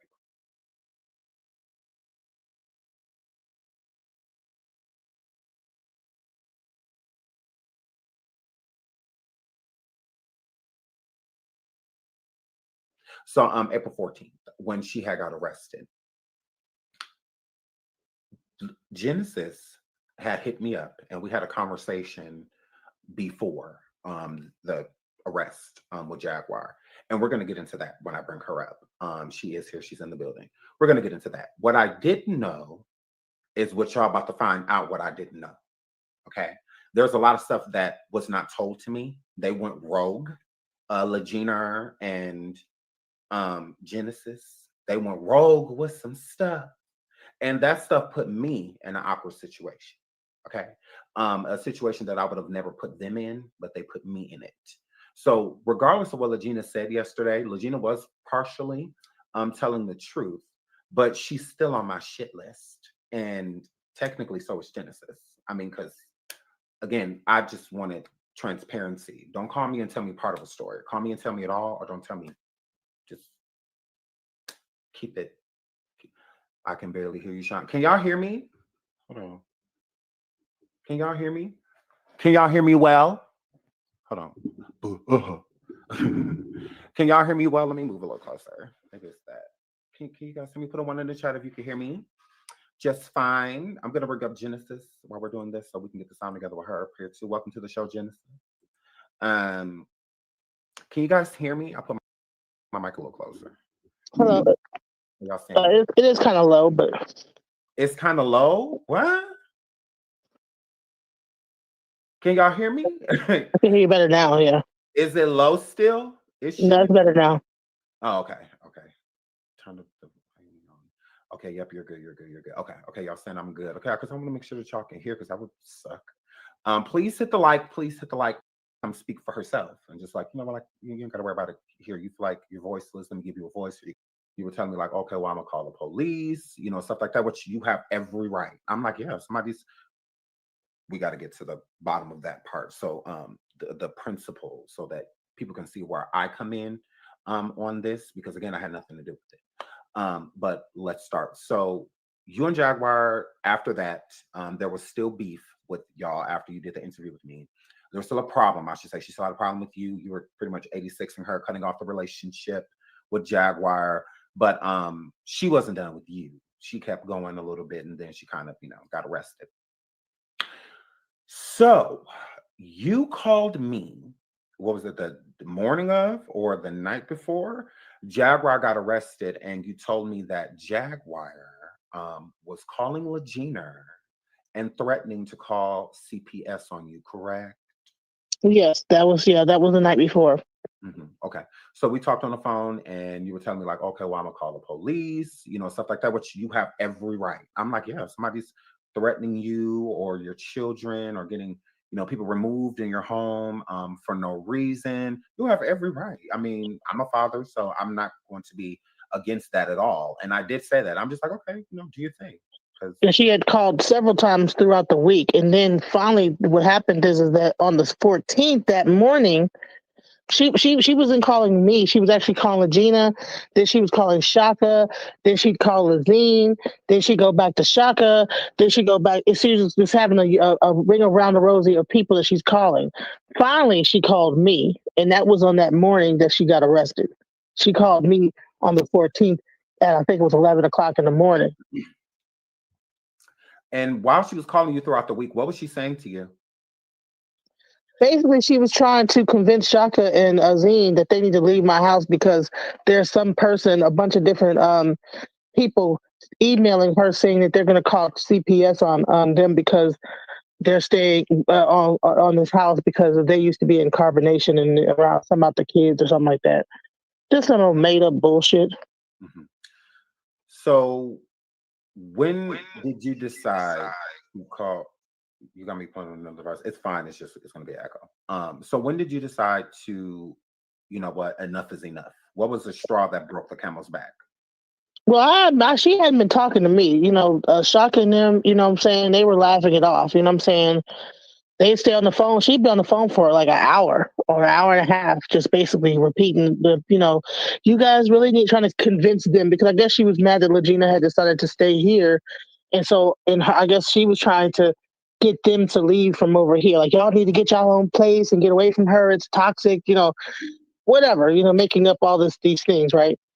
Because Legina had came here. So now all of a sudden, now before this, she was not calling them saying all that. But before Legina came over here, she was not calling them with this urgency of you need to get out of here. You know what I'm saying? She was coming over and recording music.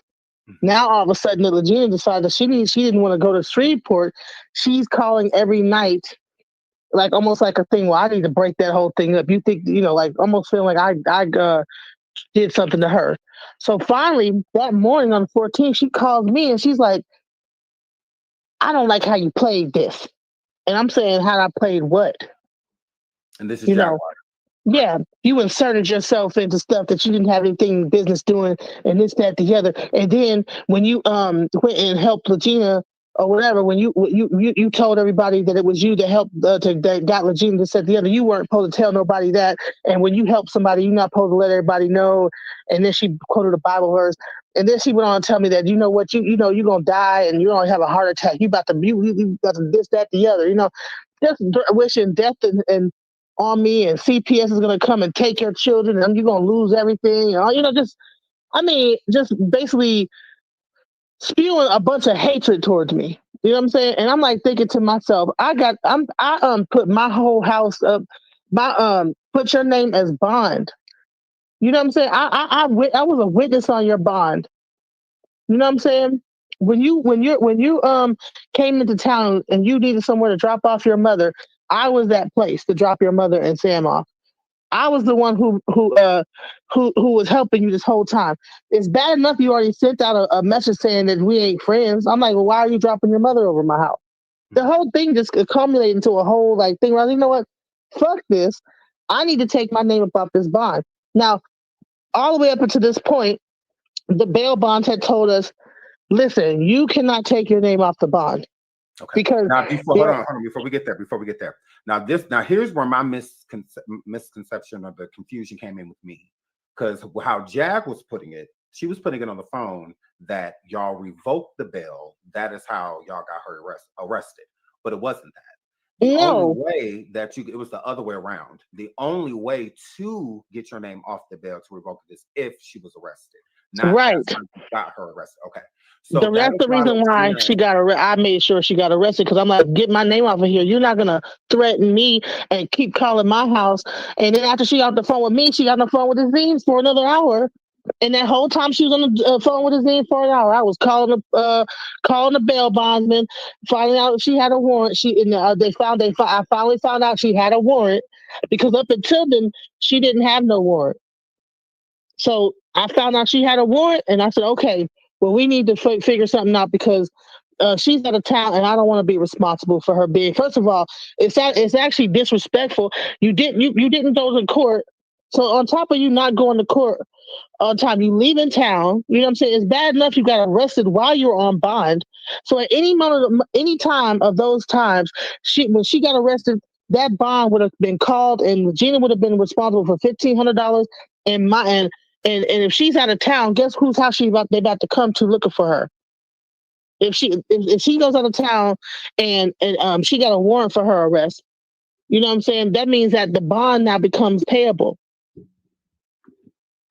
I'm not trying to wait till she get pulled over or arrested any other way. You know what I'm saying? I want to make sure that we are in control of what happens so that we can say, okay, take us off. We don't owe the courts anything. Because she don't have no disregard into what we put our name on the line for. Yeah. But no, so let me cut you right there. So no, with everything that you just said is completely valid.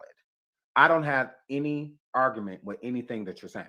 Nothing. Like you said, my name is on the bond, you know, and whatnot. You leaving, you doing this and that, blah, blah, blah. You disrespecting me. On top of that, blah, blah, blah. Cool. And they could have called the bond when she went to the mental hospital. She got arrested while on bond. If she wouldn't have went to the mental hospital and went to jail, then we would have been liable for that. Agreed.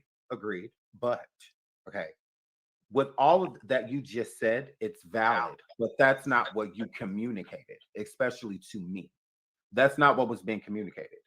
How you made it seem is if she just got arrested. You know, everybody was calling on her. And you basically, when you hit me up, you made it seem as if it was the YouTuber King World. You was like, well, King World and them got her arrested. You know, was the narrative that you pushed to me. But it wasn't King World that got her arrested. It was you. And you knew that you got her arrested, but you didn't tell me. And you know, Jaguar and the KW, they don't get along. We all know that. That's no secret.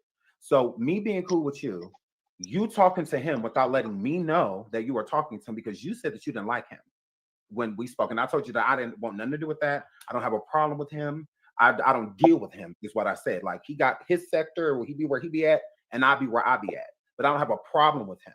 You said that you didn't like him. So, and I never said anything. Whatever. I didn't talk no ish about him. I didn't say nothing negative about him. I moved on to the next part of the subject. Because when you don't have a problem, when you're not being messy, you just move right along. So that's what I don't know him to have a problem with him. You said that you did. So I mean, that's fine, whatever. Basically, no. What was happening is that I was following the whole morning when they were tracking her down. Okay, so when they what happened is that I when I found out that they knew where she was, I asked King World where she was, and I told the police. But you didn't tell me none of that. So that's what I'm saying. You got me looking like an op because you talking to I know Jag loathes him. So with Jag loathing, that's not true because Jag was on his panel the day before, the same day. That's not. And she actually said she wanted to apologize to him and all kind of stuff. So she didn't loathe him. Publicly, she blamed stuff on him that wasn't true. All type of stuff. We all know it's so. That was her being attention. She was doing all that for her attention. She ain't got no problem. She ain't got no problem with King World because she jumped right on this panel the day, like a couple days before that. I think it was the day before that. Got nothing to do with me. I'm just saying and they wasn't arguing. How I operate when I deal with somebody. Like, I'm not about to deal with somebody. If me and you cool, I'm not about to literally start dealing. If I already don't deal with them, I'm not gonna start dealing with them. Like, that's just not. I don't do that. Well, so like I said, my things. But I knew they had the address, and so I did what I had to do to get the address to get her arrested. And that's fine that he had the address, and you contacted him to get that information because you said that's the only reason you dealt with him at all. I was just using him to get Jag's information, location, correct? Yeah. Hmm. You said, because I want to make sure, I want to put words into your mouth. Yeah, But what? I contacted him to get that information. Yes, Oh, okay. and in other cases, hey, I've been on his panel to clear things up, which always becomes a disaster because they always are saying I'm doing this and I'm doing that, whatever. But I'm not friends with King World. I'm not friends with the Cool. I'm not friends with any of them. Well, no, I'm just saying because The I didn't only make reason why that I was in up. for the means to an end. Yeah, well, I didn't make that up, and I don't want people to think that I was putting things in your head because y'all were. I didn't have nothing to do with that. I let y'all rock. I didn't say nothing. I let it be just that. So I just wanted to clear that up. There wasn't no Sean Davy Way was behind the scenes trying to cause any confusion with you and King. Where I wasn't doing none of that. I let y'all Oh, rock. I had nothing to do with that. Correct. correct. And I I did never not said that you did. know, and Sean also did not know that you got that information to send the police where Jag was from him either, correct? Yeah, correct. But that's all public knowledge. I've been Well, I'm saying, that but always. that's what make it me look messy though. It make it look like, oh, well, Sean and the mix. No, I'm not. Like I had no idea none of that was on me. I don't know why who's saying that because here's the thing. I even went on the governance when I actually did a reading with her, did a conversation with her, a discussion with her, and said that that's what happened. So this is not something that I was hiding. I let everybody. I told everybody, okay, this is what happened. Actually, I think a couple days after it happened.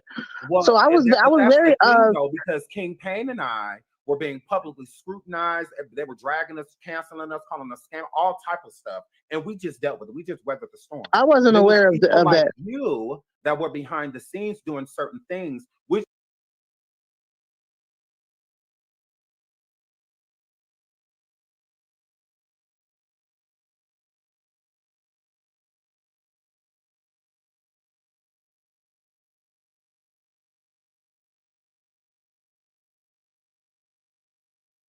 you're completely valid in getting Jaguar arrested. There's to me, there's nothing wrong with that. The problem comes in is when you don't want to own it. Is when I owned we it. are publicly being scrutinized for y'all decisions that y'all are doing I behind owned the it. scenes. I never not owned it. What do And you that's why I mean? brought you on here. I just wanted you to own No, it. I always owned it. I've Yeah. always owned it. Yeah, yeah. And here's the thing: is that as far as I didn't know that you guys were under scrutiny. You know what I'm saying? I wasn't aware of y'all being under scrutiny for anything. You know what I'm saying? So I didn't feel the Girl, need to you were to tell sending me y'all videos. anything You were sending me videos of people talking about me. about It what. all stemmed from Jag. They hate me because of her. Well, no, they were mad because you were promoting Jag, knowing that that was all the family Same members from. thing. But that's not Same the thing, same thing as sweetie. me getting Same her thing, arrested in the sweetheart. world news thing. No. Same thing. Same difference. Supporting her, doing this, it's the same thing. Well, Being no, friends because with her, what being they cool. felt, how it was the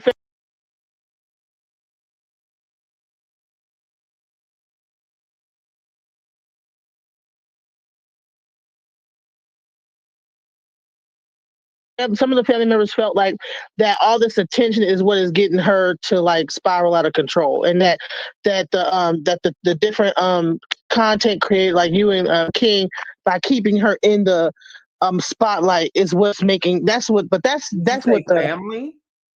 well people that close to her, yeah, that was close to her in the past and stuff like that. Okay, because I'm confused because her family never said a word about Well, that. it was a close friend of hers that was close to her at one point. So it was a friend, not a family. Yeah, yeah. Okay.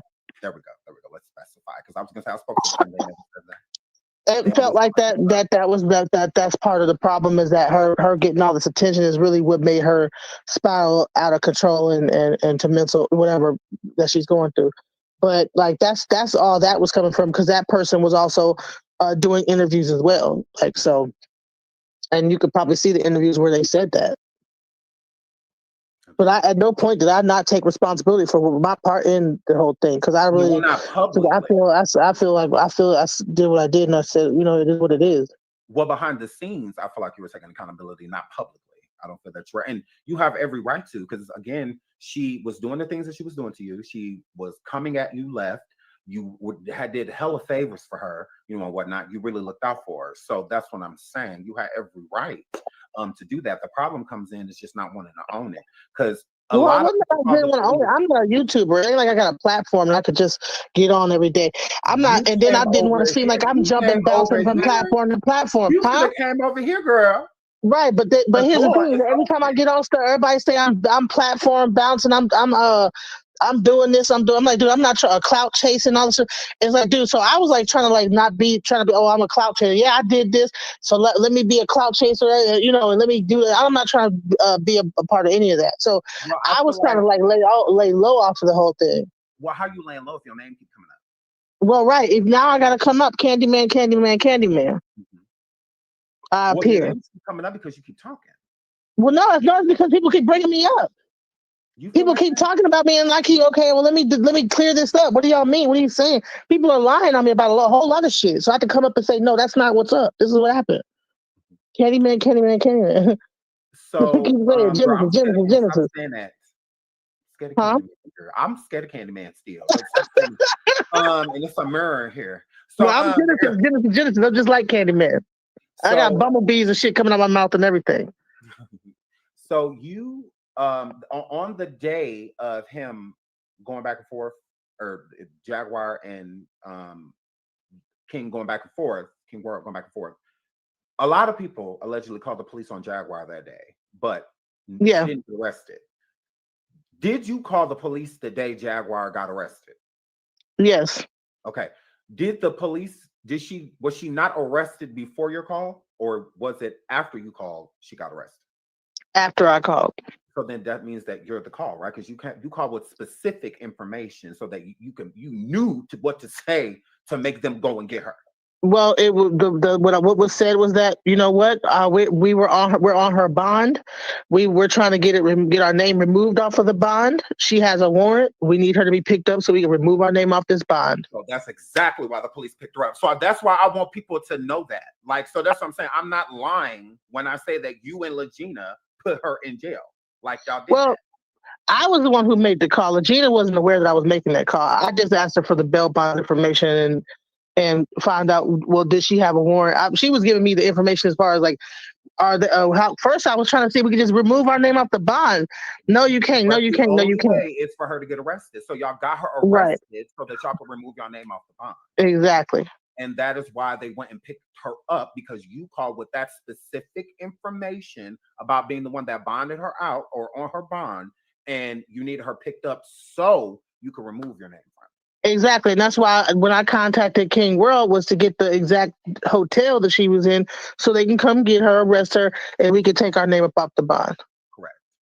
Because I'm not gonna risk her being down there, get arrested, and then now the bond becomes a thing. Or she never gets arrested and then warrant comes up and now you got a bounty hunter or the police or anybody, because I'm not sure if they got the same thing in Dallas. They have a thing called warrant roundup here. So every month, there's a couple months, they come and round up people that have warrants. So there's like police that come to your house like Gestapo and be kicking at your door about you got a warrant. I'm not doing that in Texas. This ain't like no other place. I never even heard of warrant roundup till I came down here. Right. So no, that's what I'm saying. So, but what you did, I don't feel like I will feel fake saying that you wrong for what you didn't know. How Jab was treating you, the things that you had did for her, and the things that she was going around saying about you. Again,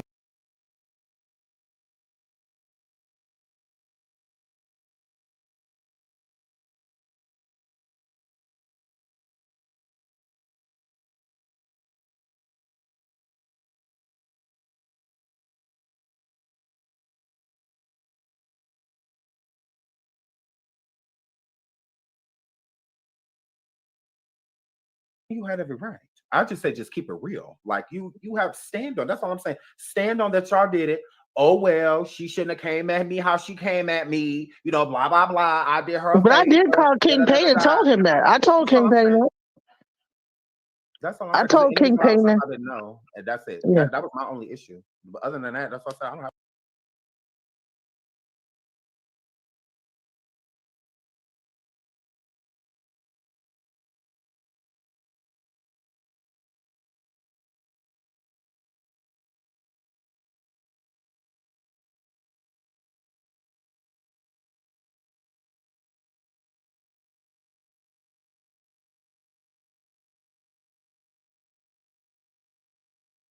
No problem.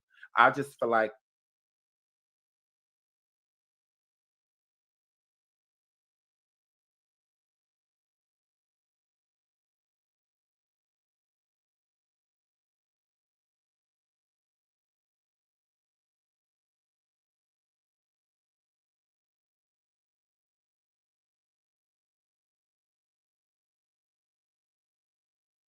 Just tell me the whole story. Like, don't tell me. I didn't realize it had affected y'all in any kind of way. But for the main part, I didn't want to.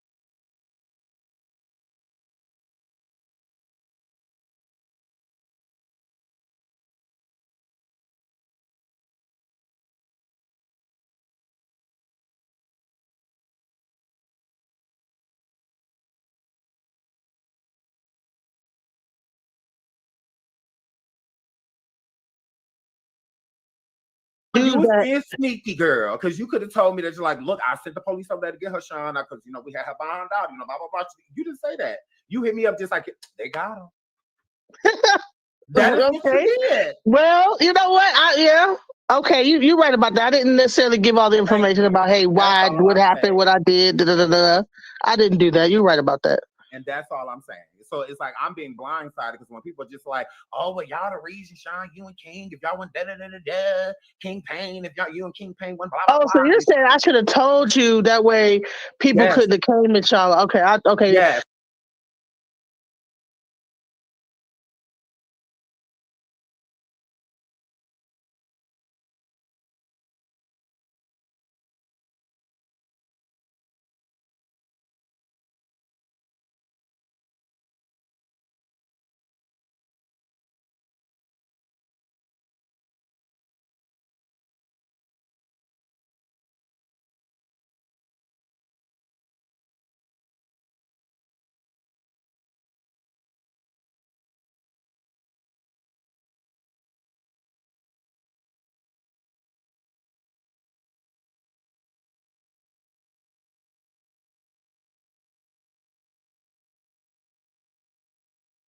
I didn't understand that. Okay. Scrutinized and all of that about this stuff, and it's like, and no, you could have said no. Genesis did that. It wasn't us, right? Because you didn't know who did it.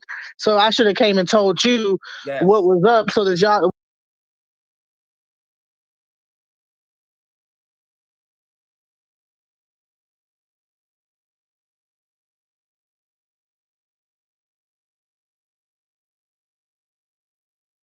When they was coming at y'all, you could have been like, no.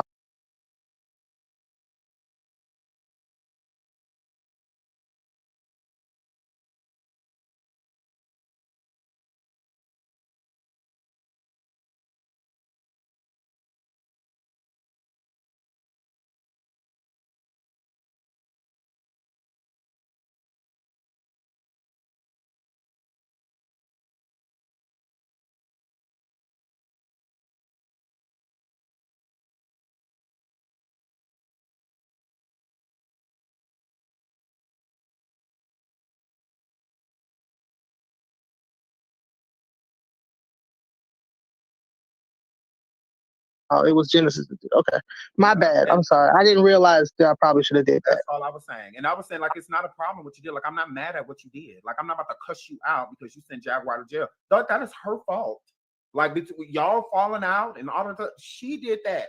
Like, she got to deal with that with you. Like, they ain't got nothing to do with me. I'm not about to enter it. I'm not about to speak for Jaguar. I'm not about to fight for her with this. She needs to do it. Y'all had a friendship. Y'all was cool with each other. Y'all know. No. She said she was never my friend. Remember, I don't see how I could be your friend. How could you ever think that I was your friend? How could you ever think? All dramatic at 3:00 in the morning. If you don't take your ass to bed and pack up your clothes, you're about to get evicted tomorrow. How you? If she would have been doing that live, packing up instead, then she probably wouldn't have been in the situation she would have been. She would have got her shit out that morning, and it wouldn't have been so dramatic. I think she purposely waited for them to evict so she can try to get some money up or something. I don't know. To me, it doesn't make any sense when you knew that you had to. But that's another story. So you said you knew that you were getting evicted because when I brought her mom to that house that day, the night before, there was a letter on the door. And what do you mean? Left with you, right? Huh? Legina Yeah, left you after that night. yeah. Well, I think she saw that letter on the door and was like, you know what, it's time for me to go, because that letter was sitting right on that door as soon as I pulled up to drop them off. Big And old Jack, yellow letter, and you think evicted. Jack took that as a power move? Is you like taking Legina? No, Gina decided that why would it be a power move to have another extra person in the house that's not bringing any money in? That's not a power move. That's a liability. Who, Legina? No, I'm saying if a person's not if you bring an extra person into the house that doesn't have any income or anything, it's a liability. It's not a power. It's not anything power behind that. She actually asked me for help. Like, I don't want to move to Shreveport. You know what I'm saying? She didn't like Shreveport. She's like, it's like an old people town that people when they settle down move to. It's not a place that you want to just like a person my age wants to be. Yeah. So you said moving in a nothing ass bitch with no job is not a come up. I don't mean like a nothing ass bitch. No, I'm saying like, I mean, come on now. She got a job now, but at the moment, no. How that's still not a come up. Like that's actually a lot. It's more people that depend on you. They ain't got nothing going. You know what I'm saying? That's gonna benefit to me. So I'm helping that person get on their feet. But it's not like, oh, I'm gonna take your power from you, because really being Jaguar wasn't really. We was falling out, Yeah. but it wasn't that bad. It wasn't until after Jim moved in that night that she got online, started talking shit. That whole thing went down. Mhm. Up until then, we had a strained relationship, but it wasn't as bad as it got once Gina moved in. Yeah. So to vindicate Legina, because Legina was very upset about the people that have been hitting her up about this, like we were when we were getting hit up. But she knew nothing of this, is what she's saying. No, she didn't know. She just knew that I was like, I'm about to call. We need to get our name up for this. She didn't know until after I got her arrested that it wasn't that. I said, well, listen, I called the police, and then she's like, okay, well. Then I said, well, call the bondsman and get our name taken off the damn thing. And she's like, okay, because she don't, she didn't know. She was in her room. I just got the information from her to do it. What's the number to the bondsman? Okay, what city is she in? She's in Bossier. Okay, what hotel is she in? I put the things together, 2 and 2, Mm-hmm. and So, told her afterwards.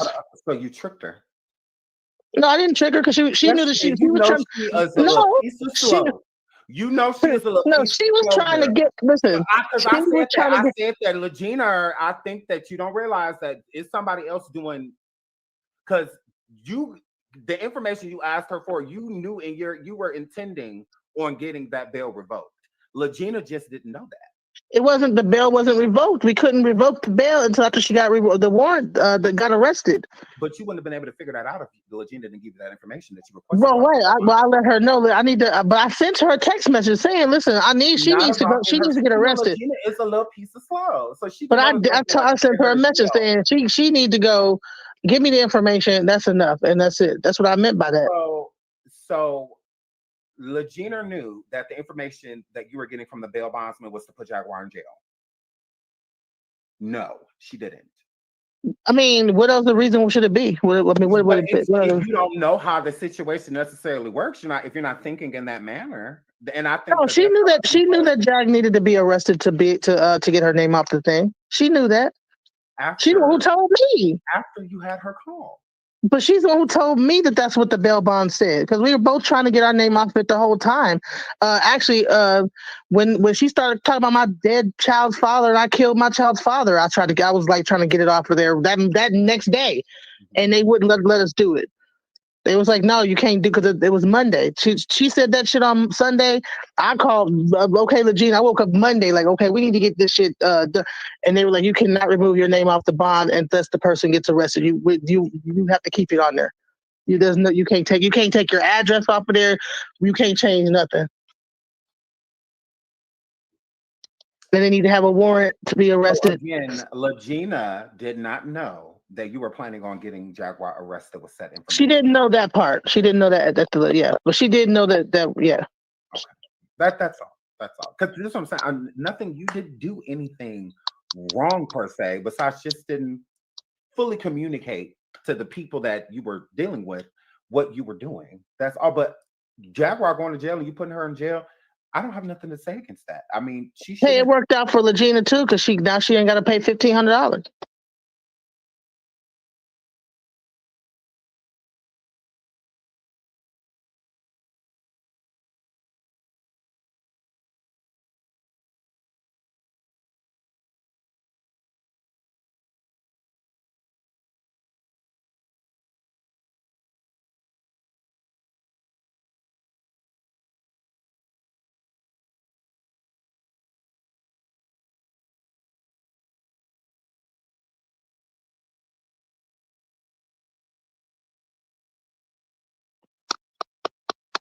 You proud of that?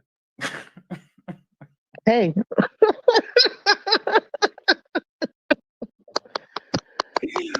Oh my god. So you don't talk shit when somebody got their goddamn your name on you're bonded to someone's house and they doing all this shit for you. Get the fuck out of here. I am not arguing with that. You I don't am get to not. call me threatening CPS doing it. Okay, bitch. Then well, guess what? Guess who's going? Instead of you calling CPS, guess what's gonna happen? I cannot I'm not. gonna take my name off this shit. Mhm. Got a warrant. I'm gonna let them know where you at. That's it. And I don't really, people get mad at me, but okay, whatever. But I bet you that maybe she won't do that no more. And make sure whoever make sure you go to court next time. Go to court, dude. And that's all I'm saying. You are completely in your right, and don't nobody get to take that from you. And if somebody gonna argue with you about it, it's gonna be Jaguar. That's why I said I would not have been mad at you. I wouldn't have been like, oh well, why did you? I just would have known. Is all You I'm should have saying. took your ass to court. She should have took her ass to court because that's disrespectful. Like, first of all, don't nobody got to sign and bond you out. She could have just stayed in jail and just did her little time until the end of that time. But then she gets out of jail She said she after didn't she tell gets that bonded little out and freak goes back to Regina to them, bail her out. does some other shit. So she don't have no respect for what nobody does for her. She just said that she didn't tell that little freak Legina to bail her out. I Right. was like, well, girl, you would have still been in there. You should at least be grateful. She's like, nah, because I would have. I'm like, okay. So that's why I said, Exactly. I don't blame you. That's what I'm like, okay, well. So right. And so what do you think she gonna do if someone bond her out? No, she didn't appreciate the shit when she got bailed out this time. Well, maybe she appreciated this time. Man, fuck that. Okay. She need to learn her lesson of when someone bonds you out, you don't fucking just go to the mayor's office and doing stupid shit. What the fuck? Let's leave town and be on in the pool. Let me talk some shit to the person that bailed me out. What kind of shit is that? Let me No, call you're you and right. harass you. I wouldn't talk it. I would treat you. I would have treated you like a princess. And then miss the court date? Are you crazy? You didn't even show up to court. Like the whole thing is it's like, what? And I'm supposed to keep my name on that? No. And then let you just wander freely through eventually get arrested. No, I ain't got time for that. Deal with your shit. Take care of your shit, man. Yeah. Take care of your shit. You got a warrant for your arrest now. Take care of your shit. Well, she said that she didn't tell your big ass or that backyardian, that her words, that well, I said backyardian because I don't want to say what she said about Regina. She said she didn't tell y'all to do nothing. Nada. I'm like, well, Jaguar, you can't blame her for being where you at. I'm like, because if you can't just talk to people like that, I'm like, so I just let her talk because I'm just like, yeah, Right. you can't talk to people like that and then just expect She can them. saying all that shit behind bars, okay? Yeah, talk that shit behind bars. That's what you get. You know what I'm saying? That's why you in there.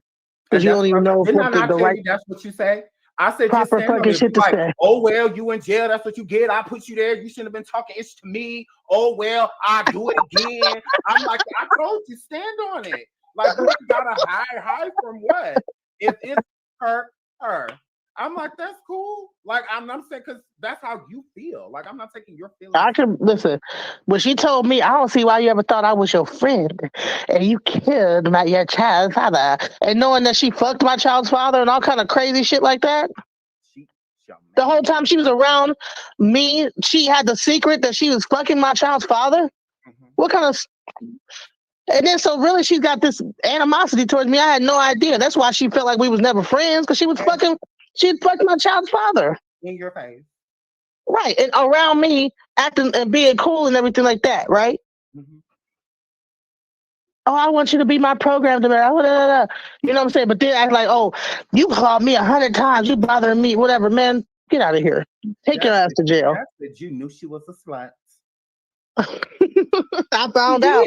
She said you knew she was a slut from the 90s. I didn't know that. I wasn't around her enough to know that. Mm. She got me mixed up with somebody else. That's another thing. She don't even got her timelines and shit right. How do you feel about Helmet, Whose helmet? the baby we lost? She didn't have no baby. That was made up. Come on now. Can I have condolences, please? She didn't lose no damn baby. It was She never was mine. pregnant. It was mine. She ain't had no damn baby.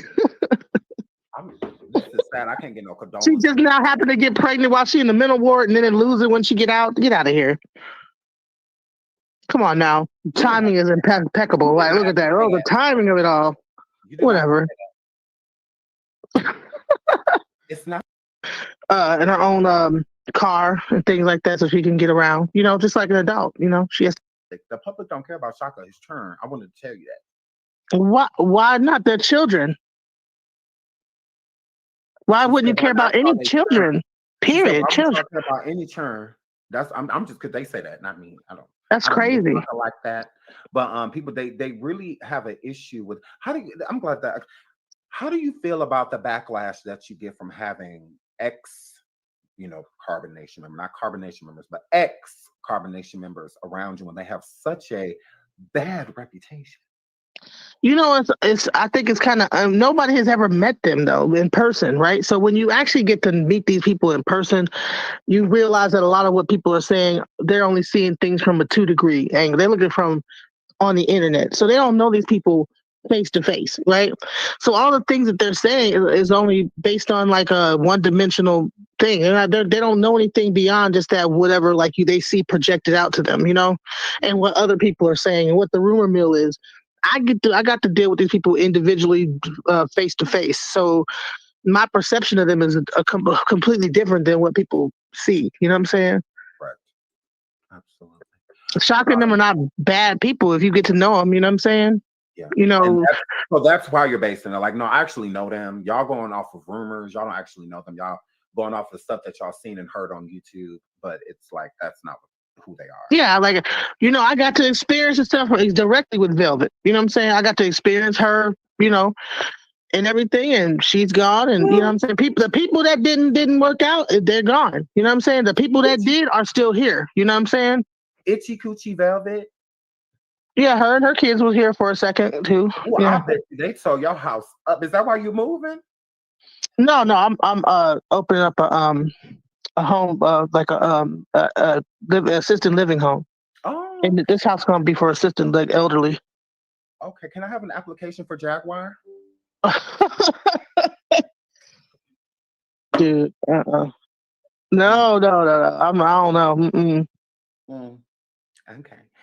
So you said that Itchy Coochie Velvet is a good person.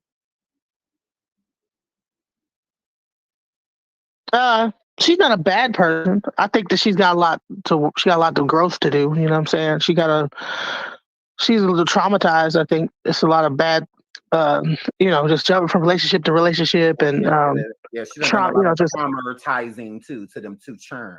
She done a lot of traumatizing herself. And those kids are beautiful. If you actually see those kids in person, super cute. That you know what? They was not that bad. You probably didn't see them for a while because they was on the ceiling. But them churn is bad. Not bad kids. They are not bad kids. They are bad. They're annoying like all kids. You know what I'm saying? No, that's not annoying. And the little baby one, she don't really talk that much, but she had the most beautiful little eyes. And neither one of them talk. Well, no, Eliana talked. You know what I'm saying? Eliana, but the little baby, she is so cute. She got a little big old brown. That's the stuff that I live for. Is like, okay, the kids. We put Eliana in a pageant for her first little pageant. That's the type of stuff I'd like to do. We went to a pageant. Eliana won a little prize. It was, that's the type of thing. Huh? She won a prize. She won a little crown and everything. So Did she stay on the stage? Yeah, she was scared. It was cute. It was, little moments like that. But people don't get to see that aspect inside of people. They only get to see the the parts that they don't like, you know what I'm saying? And the rumor Driving aspect of it. children is bad. I seen one of them churn heads spin all the way around. So you ain't gonna make me. I seen what I'm doing all the way around. I saw it. So the girl, them children is bad. Now they cute kids, but they bad. Um, a girl. So okay. I don't like Bella. But move right along. So Well, you know, we had our moments. It was some crazy moments that that happened here. It didn't have anything to do with me, you know what I'm saying? But you know, I think there's a lot of like history between the people that's in the carbonation and stuff like that. So that history kind of like some of that stuff played out at my house, you know what I'm saying? But it didn't get too heated. It didn't, you know, it was discussions that were had. People like were able to either resolve them or not, you know. In that case, situation with Solar and Velvet, it didn't get resolved, you know, and that's why Shaka ended up on the Street Stars kind of bashing Solar and Velvet, you know what I'm saying?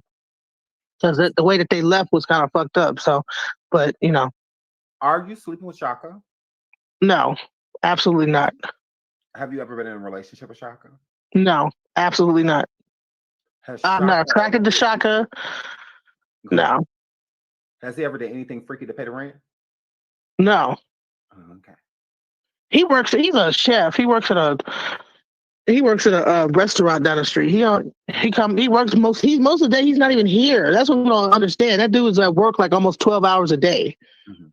So the only people that's really here is me and Zine and the kids. And then he go into the studio and work on music. He's not even around us most of the time. Pause. Why are poor kids being dragged by adults? Ain't nobody dragging the kids. You can say that kids are bad. You're weird. Them kids are not bad, son.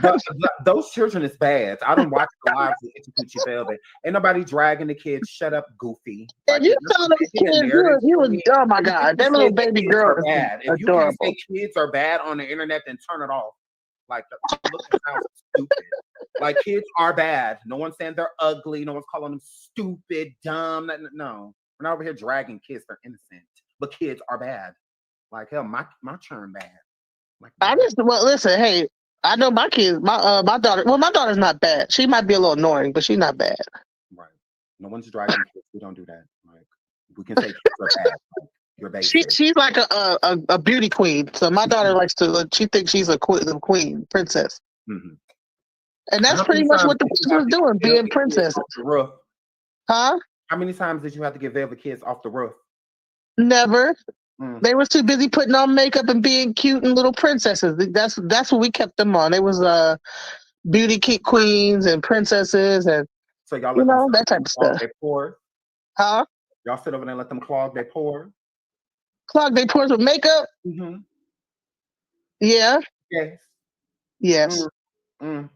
And she won about you keep calling CPS on her. CPS ain't left them churn. It's Life cute is so though. good. You know, Ileana was born in the jungle, and that other poor baby was born in the woods somewhere. So it's just like the girl. the woods and the jungle. Yes, one was born in the woods, and the other one was born in the jungle. Well, there's some beautiful kids. They You are know, beautiful. They are. when they left, that's the only thing I missed was the kids. You don't miss Everything else I don't miss. You don't miss this. No, I missed. You don't miss them? You, you don't miss. No, I miss Mm, the kids. okay. So how do you feel about when Jag gets out and she come for your neck? It is what it is, you know. I don't know who she thinks I am, but I'm not a pushover by any long shot. Just because I was in my year in white when she was around. Now you're gonna get black. Yes, I'm in the dark years now, the dark ages. No, I'm. You know, when you're in your year in white, you're not allowed to. You're not supposed to argue or get into it. I mean, I've had some slip ups where I couldn't help it, but now I'm not supposed to argue still. But I mean, I'm not gonna let nobody push me over either. You know what I'm saying? Mm-hmm. Wow. I mean, so if she decides she wants to come for me or whatever, it is what it is. I'm gonna try to just avoid it at all costs because I got other shit to do that's more important to argue with somebody about some bullshit. But if it gets too serious and she tries to do anything, like how she tried to, that she starts to put any action behind all that yapping, then there's a problem. She pulling up. What you doing? So she better not put. Okay, Sheila, what you doing? Okay, look, we'll see. Listen, I was born in New Jersey. I don't know. She might be saying she's from Philadelphia, but I was born in Orange, New Jersey. And I lived in Detroit, Michigan for like 20, how many years? 20 years? When people get beat up in both places. Right. Well, honey, well, let me tell you something. She'll be beat Wait. up in Dallas, honey. Leave me alone. It'd be a good idea for her to leave me alone. So why do you keep falling off with like other YouTubers and stuff? You don't have to be specific, you know. I'll be trying to call myself defending myself, but you know, when the person got an audience and they push a certain narrative and they get on a roll, sometimes I think it might be troll. I'm not trolls, but like AI, because if that comment section get the saying stuff, and so I'm realizing that it's really futile. I don't know why I'm trying to get up there and defend myself about stuff because the shit doesn't even work half the time. Because I be up there, then I end up going off, especially if I had a few drinks. I end up losing it on everybody, and now I look crazy because I can be kind of crazy. I'm not gonna lie. Yeah.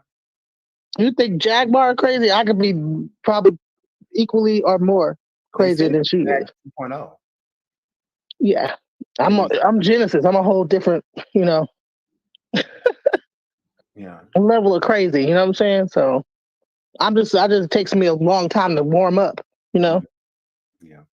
My crazy doesn't like shoot out. It just it you know trickles and then it finally explodes. So that's what. Have you learned That sounds crazy. What I'm even talking about. What am I talking about there? Yeah. Have you found out anything about YouTube streets, girl? Huh? What have you found out on your journey in these YouTube streets? What have you learned, girl? You know, I learned is that when you really are in the spotlight, most people that are in the spotlight is not answering all these motherfuckers. Mm-hmm. You know what I'm saying? Like you don't see Beyonce. Not saying I think I'm Beyonce, but Beyonce is not trying to defend herself by anything anybody's saying. Ooh. So I think I'm making a big mistake by even jumping up trying to defend myself half the time. So yeah, that's one thing I kind of figured out. People that's really up there that's doing shit, they too busy doing shit to be down here defending about what people got to say about them. Because I'm doing it. You know what I'm saying? And that's what I need to do is focus on doing it rather than trying to talk people out of thinking I'm not doing it. You know what I'm saying? Yeah. So this isn't a defense. This is a more so of you just coming forward for clearing up that there is some certain stuff that you didn't tell certain parties, like myself, the Fish King Payne, and Legina. Well, and in y'all case, I don't like. Okay, well, in the other content creators case, the world case, we never were cool. You know, I'm not cool with him. You know what I'm saying? So I don't. It don't. So me really jumping up there half the time is because I'm like, I'm not cool with y'all, and y'all talking shit. Y'all keep bringing up my name, so it's more of a defensive, aggressive. When we first started talking, you did like him, and I said that was fine. I'm not cool with him. I'm not cool with him. You know what I'm saying? I'm not cool with him, his panel, none of the motherfuckers. You know what I'm saying? So really, it's really about but in y'all case, I'm okay with y'all. So therefore I feel like, okay, I don't want you to feel like I did something or slighted you or anyway or lied to you or whatever. I felt like if you, like I told you when we first started talking, I don't have a problem with you being cool and being over there and stuff like that. And I'm not cool with that guy. But you said then that you didn't like him, and I said that I didn't have a problem if you did. I said that was fine.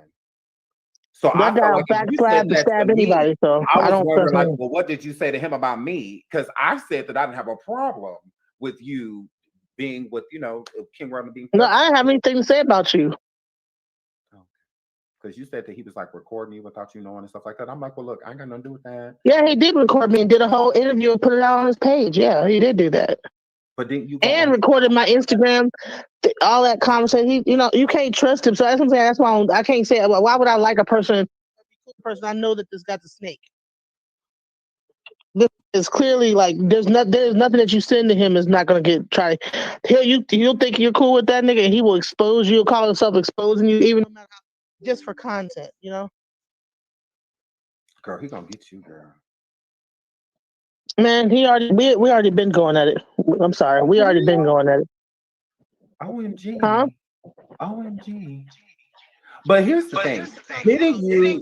Somebody's calling me back to back. Hold on. Okay, I'll just drop you quick and then you come back up. Because didn't you know that all of that beforehand? Like, weren't you contacting him after that? I don't know. I'm confused. I'm confused. You back? Genesis? Sorry about that. No, that's fine. So after some of the stuff that you have found out about him, didn't you like know that? Weren't you still like going on his panel like after that stuff though? Not as a friend, not be cool. We were arguing. I mean, we spent 10 hours going arguing with each other. Oh, okay. So you went as a foe. Yeah, because like they're lying about shit. They're lying and they're saying all the shit, saying I'm fucking Shaka and all kind of. No, I didn't go over there as a buddy, being a part of the team. Never. I've never gone on that panel. Every time I go on that panel, it's to defend myself because they lie. They be lying, lying about me. He gonna get you.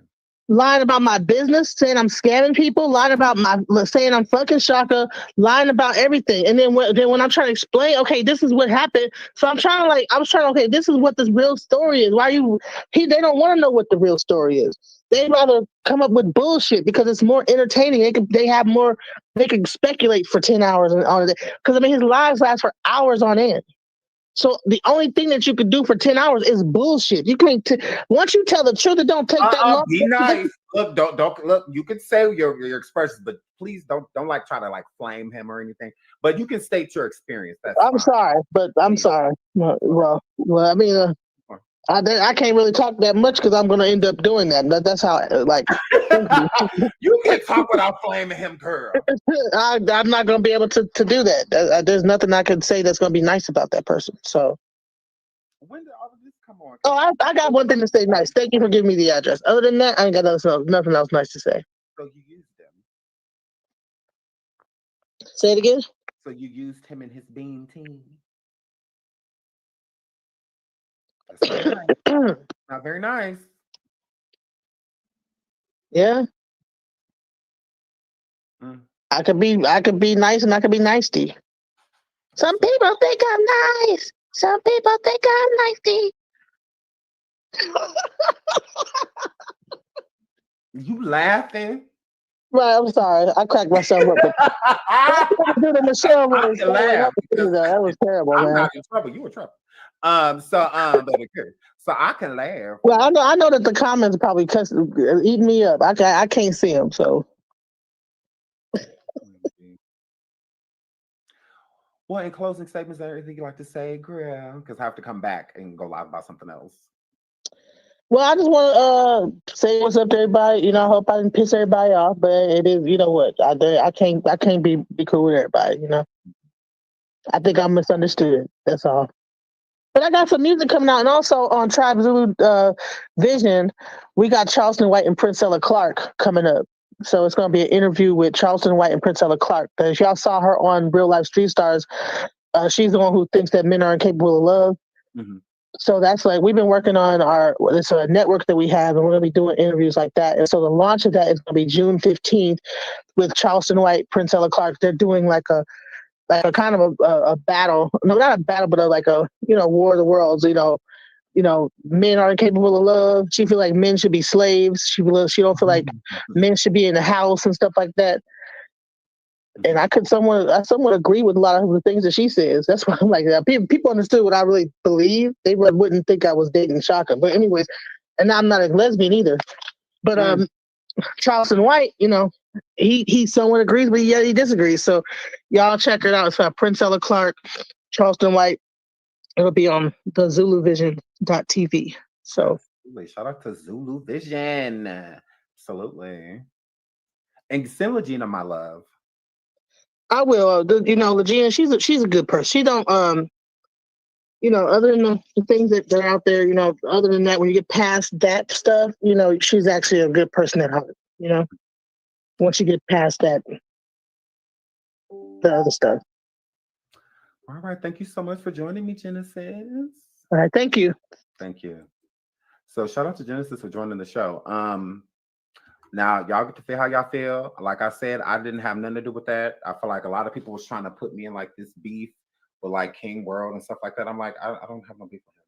Like I just feel like he over there, I'm over here, or I'm where I'm at, he where he at. We're on two different sides of YouTube verse is how I feel. I don't have no beef with Genesis. Besides, like I said, just tell the truth. We don't need to lie about anything. You got Jag arrested. Oh well. She shouldn't have said what she said to you. She shouldn't have did those things. You're entitled to that. But don't make it look like other people did it, because she had me thinking, and Jaguar, that that King World had her arrested. It wasn't King World. It was her. So, and that's fine. Like, I don't. Why are we sugarcoating things?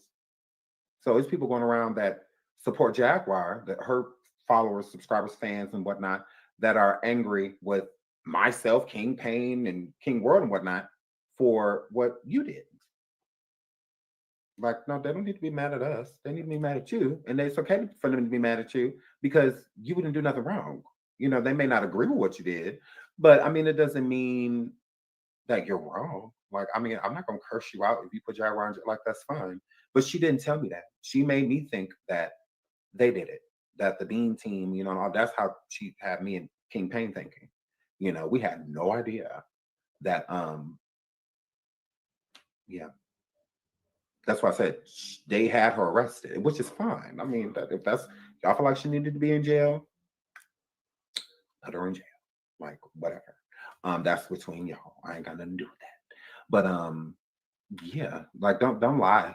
That's all I'm saying. Don't, because it looked like, because I can't like literally say she lied because she just didn't tell us. But that can still come across as like you lying. You know, if I'm dating a woman and I don't tell her that I'm bisexual or gay, I'm still lying to her. Okay? I can't say, well, I just didn't tell you. Like, no. It don't work like that. You shouldn't have even approached me, you know, type of situation, because I don't get down like that. So, but yeah, that's it. That's all I wanted to display. We will be back in like an hour or so and talk about Burnt Gap bailing out Jaguar Wright. Absolutely, we're going to get into that. So, right, it's called Lying by Omission. Absolutely. So we will go back live and we will talk about that. But now that's over. The whole Genesis